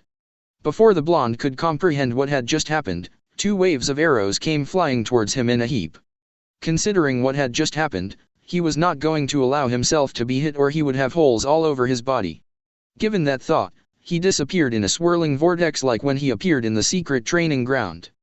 But when he appeared to another location, it seemed that the 2 Quincy's had tracked him as they followed him there. They did not give him time to think as another bundle of arrows were shot towards him. This time, Naruto took out his blade and held it firmly. Its tip began to produce pure black ryotsu, while in that process, he swung the blade towards the incoming arrows. The blade then released the pure black energy in the form of a wave of energy. It was just like a Getsuga Tensho, but much more deadly and dangerous than Ichigo's technique. The blonde was testing it. He had created it after seeing both Ichigo and Uriah's techniques. The wave of black energy crushed the arrows and pushed towards the shooter. Ryakan shot another bundle of arrows that collided with Naruto's technique, creating an explosion. When it died down, neither opponent was wounded. Ishida flashed towards his father and stood by his side. He smirked slightly at Naruto as both he and his readied their arrows for another assault. The blonde knew that the next attack would be dangerous, so he placed his sword back to his sheath and raised his right hand. The Quincy's shot hundreds of arrows that were coming to Naruto far faster than before. This time, he knew that if he wanted to dodge the attacks, he could not do such thing despite his incredible speed. The arrows were so many that he could not block them all with his sword without being cut. It was a good thing that he was always prepared. These Quincy's were showing up their abilities. He could give them a taste. Death Ray, he muttered as in front of him, energy formed like a wall of reddish energy that sped towards the Quincy's. The attack was so big that it pushed back Naruto slightly. It peeled off the ground underneath it as it matched on forward. It collided with the arrows, but they were seemingly devoured by the technique. The Quincy's knew danger when they saw it. They flashed away from the path of the technique to avoid being caught in its path. The technique then moved forward until it exploded. The explosion shook the entire training ground and picked up debris and gusts of winds. Urahara started to fear that his training space would be destroyed if Naruto threw more of those. I should have used a normal technique, Naruto muttered to himself, seeing the destruction his technique had caused. He narrowed his eyes behind him when someone appeared behind him. It was the younger Quincy. "Don't move," Ishida stated a bit coldly, like they were in real battle. He made the mistake of catching the sight of Naruto's eyes. This mistake resulted in him standing still, frozen with slight wide eyes. Naruto took a step towards Ishida, only to be stopped when an arrow hit him from the front. But he only stopped for a few seconds before moving again. Another arrow was shot towards his head, but in a fluid movement, the blonde caught the arrow. This action of course surprised Ryukin because he was certainly not expecting the blonde to do that. Naruto then turned to look straight at the older Quincy. "I do not play with the same opponent more than twice seriously.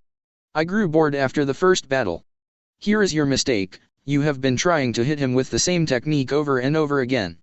It becomes annoying at certain time. You Quincy's are predictable. You have been shooting arrows at me this entire time, don't you think I would have gotten used to that?" Ryukin sensed that whatever the blonde was going to say, he was not going to like. The blonde was still holding the arrow, which was in fact surprising. "I cannot be wounded by the same technique over and over again, once is enough, twice you are just lucky to hit me. I have already analyzed the structure and speed of your arrows enough to form a counter-attack. Anyone that has a creative mind can do that. Because I have done this, your techniques become predictable. Next time you shoot them at me, they will be annoying more than anything." Naruto then turned to face Ishida, who was still frozen. "You should know by now that I can manipulate Reishi like you. Because of that, I can do this." He flicked the arrow and threw it at Ishida, shocking Ryukin. He knew that if the arrow was to hit his son, it would do some damage. He could still not understand what Naruto had done to him to render him immobile. Just when the arrow was about to hit Ishida on his forehead, the blonde snapped his fingers and the arrow disappeared. Ishida was also freed from his frozen stupor. The Quincy then glared at Naruto, knowing that he had done something to him. He straightened his bow and shot an arrow straight at Naruto's forehead. But the blonde disappeared, leaving only a small cloud of dust. He then shockingly appeared behind the younger Quincy. He was not even facing the boy. Ishida stooped, frozen again, but this time, in a mixture of shock and fear. He had not seen the man move. His eyes could not track his movements. "Go home and play with other kids, child. You are slow, and not near your father in strength. I could play along with your father as his arrows give me a little exercise, but yours, no. And I cannot possibly play seriously with a mere child.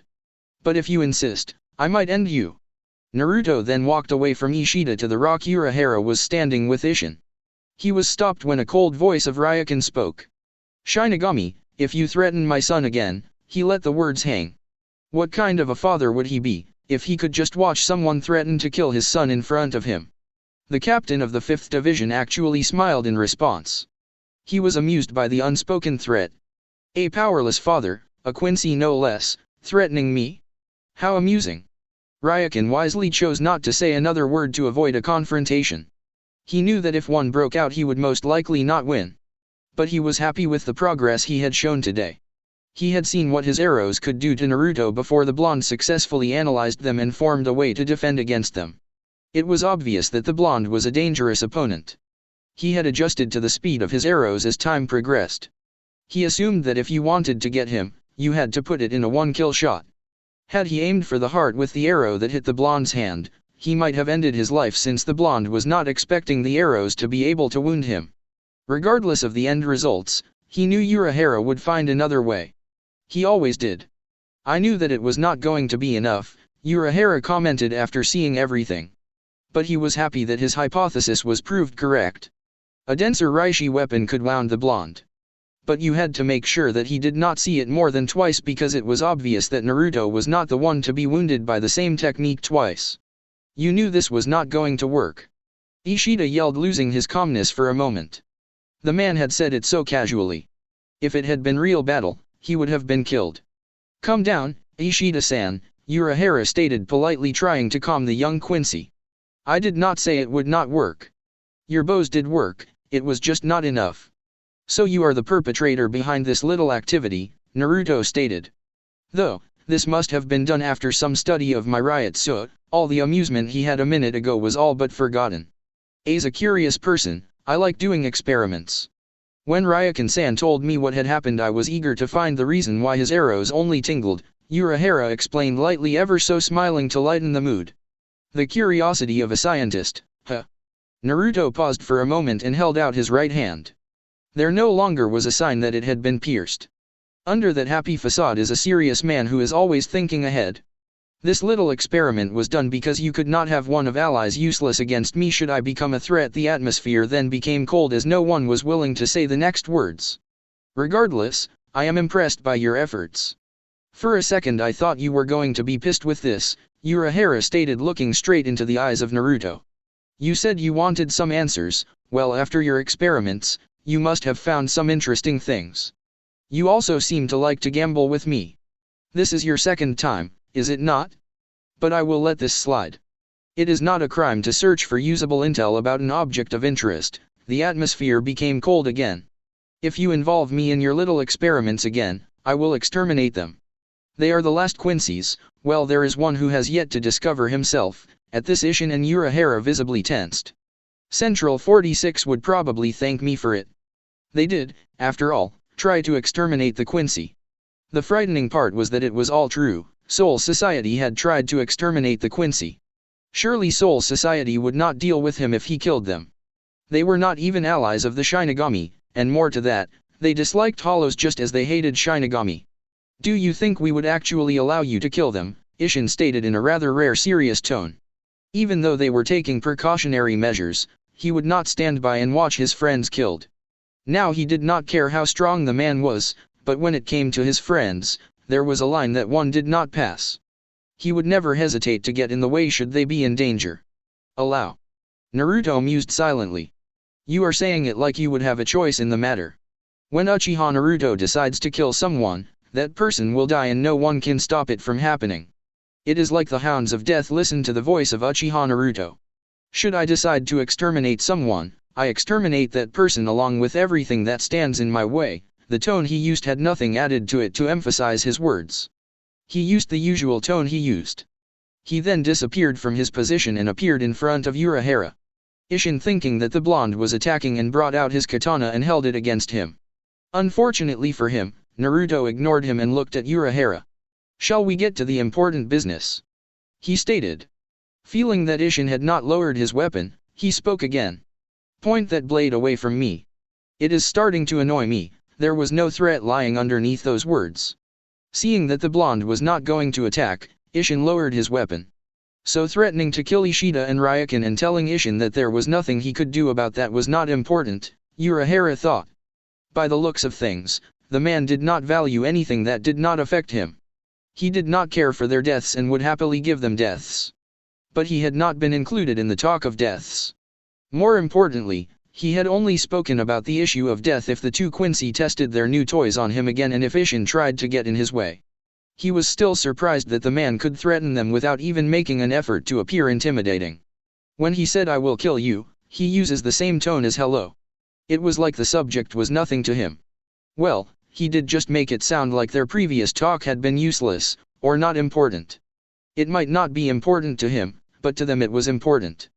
As Naruto has said, he had been making a few gambles. He gambled in trying to lie to Naruto so he could stall for time while he searched for information on the blonde. He gambled sending Ishida and Ryukin to battle the blonde to test their new toys so he could prove his theory. And each time, Naruto had not even once threatened him. Was he important to the blonde that he did not want him dead? He may perhaps hold something of value. But this time he knew if he made another gamble, there would be consequences to pay. He was not willing to wait and find out what he would pay if he gambled again. The blonde seemed patient. He had not even attempted to attack the Quincy's, even when he had asked Ichigo to attack him, he did not attack. There was something to that. Was it merely because he did not see them as threats enough to raise his hand against them? Regardless of the answer, today they had pierced through his skin and watched his high-speed regeneration. They had also managed to get him to use his sword. It was a little surprising that he had been able to use a technique without releasing the blade. But he guessed that the technique was nothing special and it seemed that it was just his riot so that was released. He would have to look at it carefully later. I made some good progress with the puzzle, but I was stuck along the way like there were some words missing. I could not move on forward because of this, Urahara explained, taking out the scroll Naruto had given him. Naruto gave no physical response as he took the scroll. He opened it and smiled inwardly at the work Urahara had done. He then snapped his fingers. A small portal opened beside him. Naruto took out a kunai from the portal. It was three-pronged kunai, its blade was pure white. Naruto then cut his right hand from his elbow, towards his palm.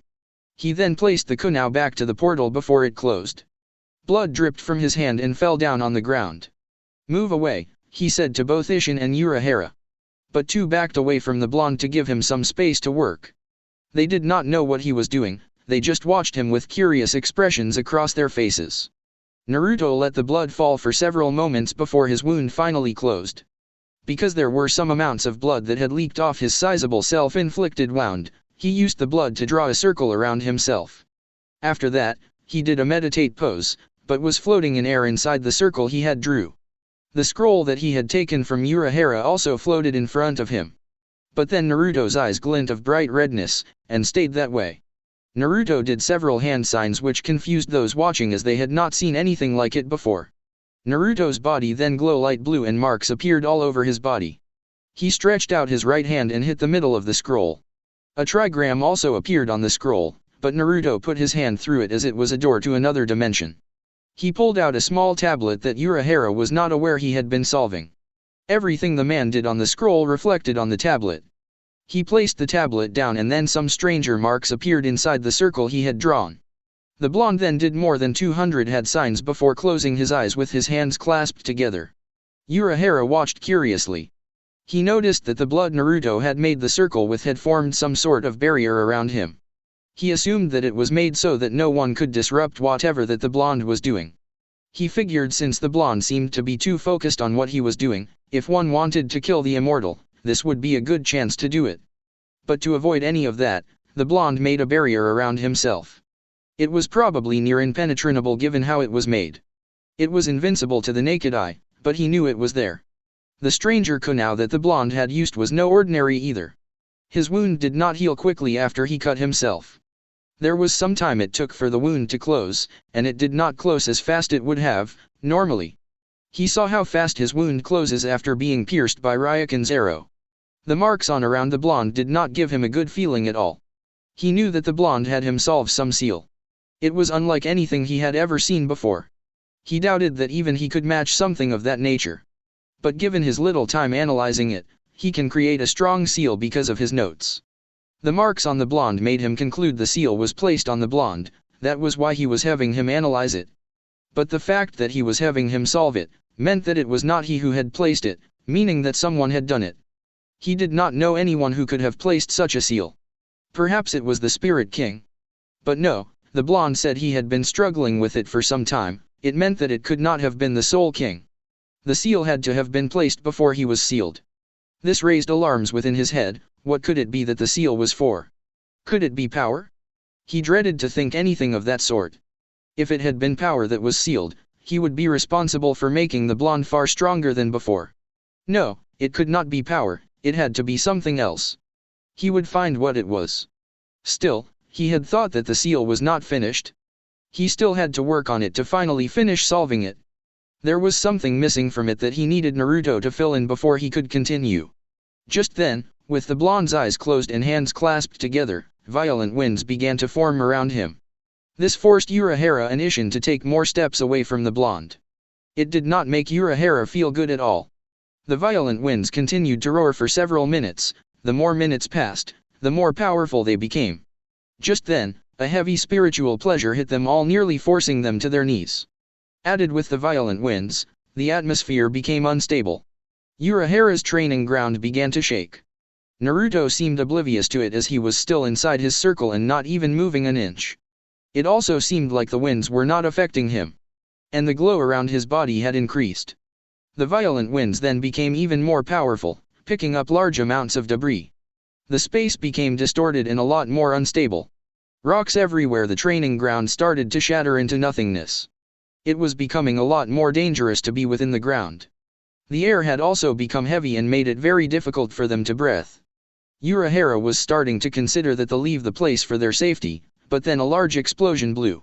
The explosion blew them violently away from the blonde. They did not recover until they had hit the ground painfully.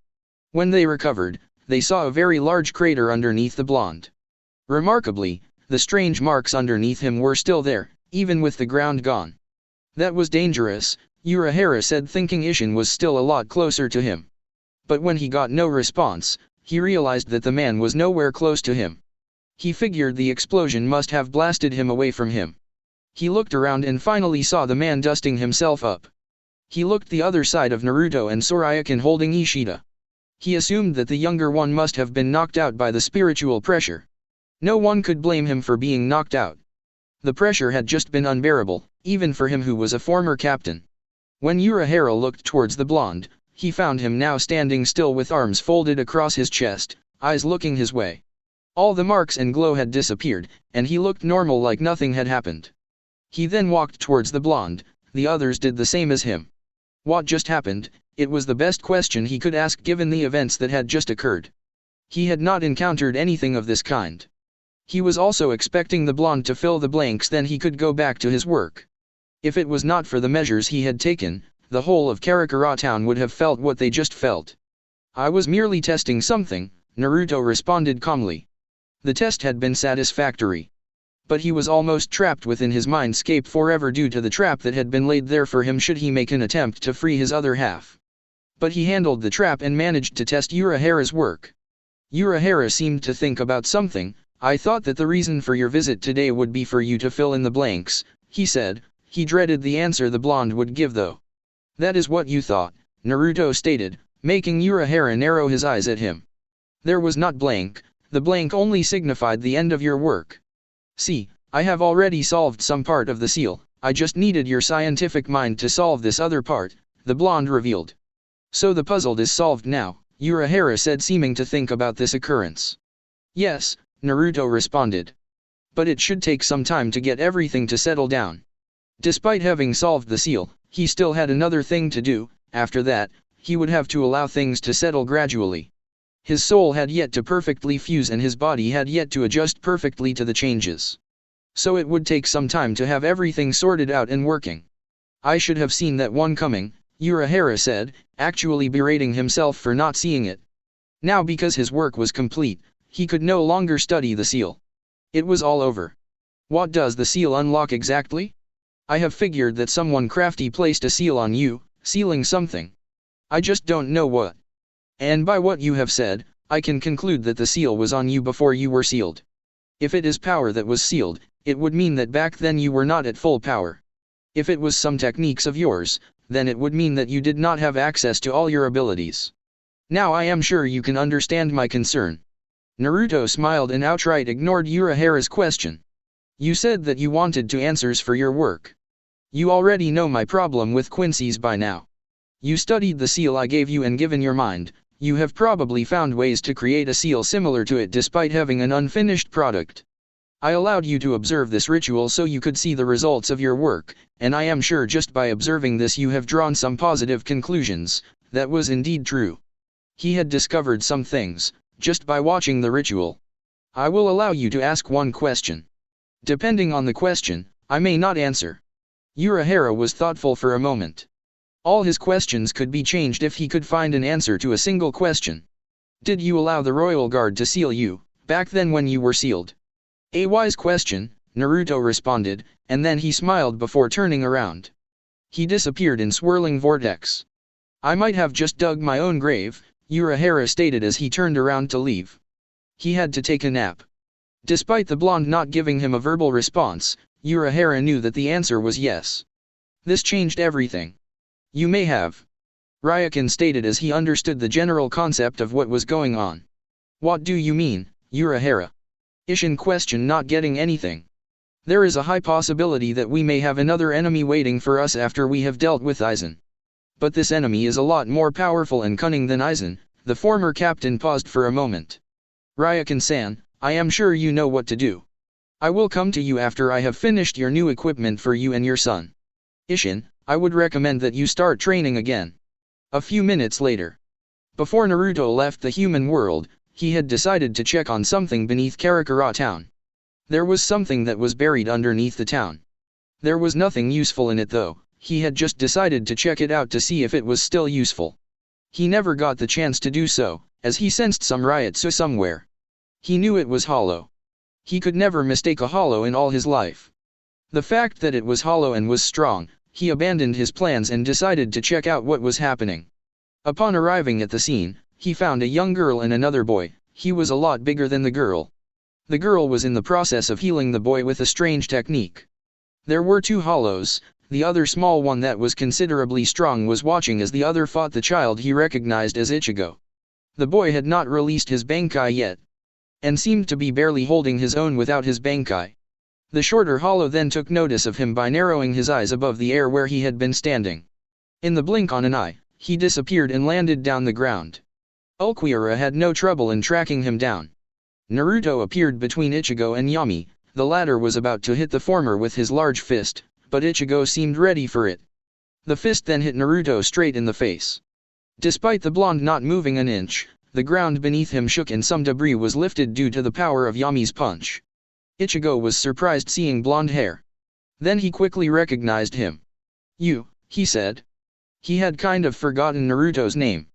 Yami retrieved his fist before glaring down at the blonde. Naruto then turned around to face Ichigo. His face looked completely okay, like Yami's punch had not even done anything to him. But that was not the complete truth. Yami growled at the audacity of the blonde to turn his back on him. Stand aside, child, I want to test this new breed of hollows, he stated. He had already noticed that they were different because they had katanas in their sashes. It meant that they were with Aizen as far as intel suggested. Ah. Ichigo did not really know how to respond.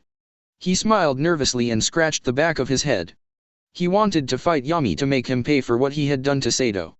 He knew that he would have to use his Bankai if he were to get payback. But there was an obstacle, one that he really thought he could not move given what he was told by Urahara. Who the hell are you? Yami growled while still glaring down at the blonde. Naruto turned to face the hollow. He looked the big being in front of him carefully. It was not interesting as the shorter one, who was stronger than this loud child. How loud? Naruto said casually, not even feeling threatened by the size of Yami or anything. Ichigo, seeing that he was not going to get his payback unless Naruto moved away and settled for moving towards Inu, who was still busy trying to heal Sato. TCH, Yami growled. He was still surprised that the blonde had managed to take his hit without being sent flying or breaking something. But he could do better than what he had done. So he was not worried. He looked at his partner. Hey, Ulquiorra, who the hell is he? I don't know, the number 4 Espada responded calmly in a blank tone. He had no info on the man before them. He looked young given his physical appearance. But he certainly did not feel young. He was strong, by far stronger than Ichigo. But he was sure that Yami had not sensed that. But be careful with him, he is stronger than the human. His eyes scanned the blonde. What he noticed that was peculiar was his eyes. He also noticed that he was wearing a captain's Haori. But he knew all the captains of the Godi I-13. Aizen had never mentioned him before. Yami teached again and looked back at Naruto, who had yet to move after speaking. Who the hell are you, brat? A brat? Naruto questioned with a raised brow. A child, a hollow no less, calling me a brat. How amusing. Despite saying those words, he did not look amused at all. You are all but an oversized child with a loud mouth. You are of no interest to me. Now go home so I can play with your friend. Yami growled at the blonde. I no longer care who you are. I will just crush you, he said, grinning arrogantly, thinking he could take out the blonde. Bala, he shot several ballas at the blonde, looking to finish him quickly.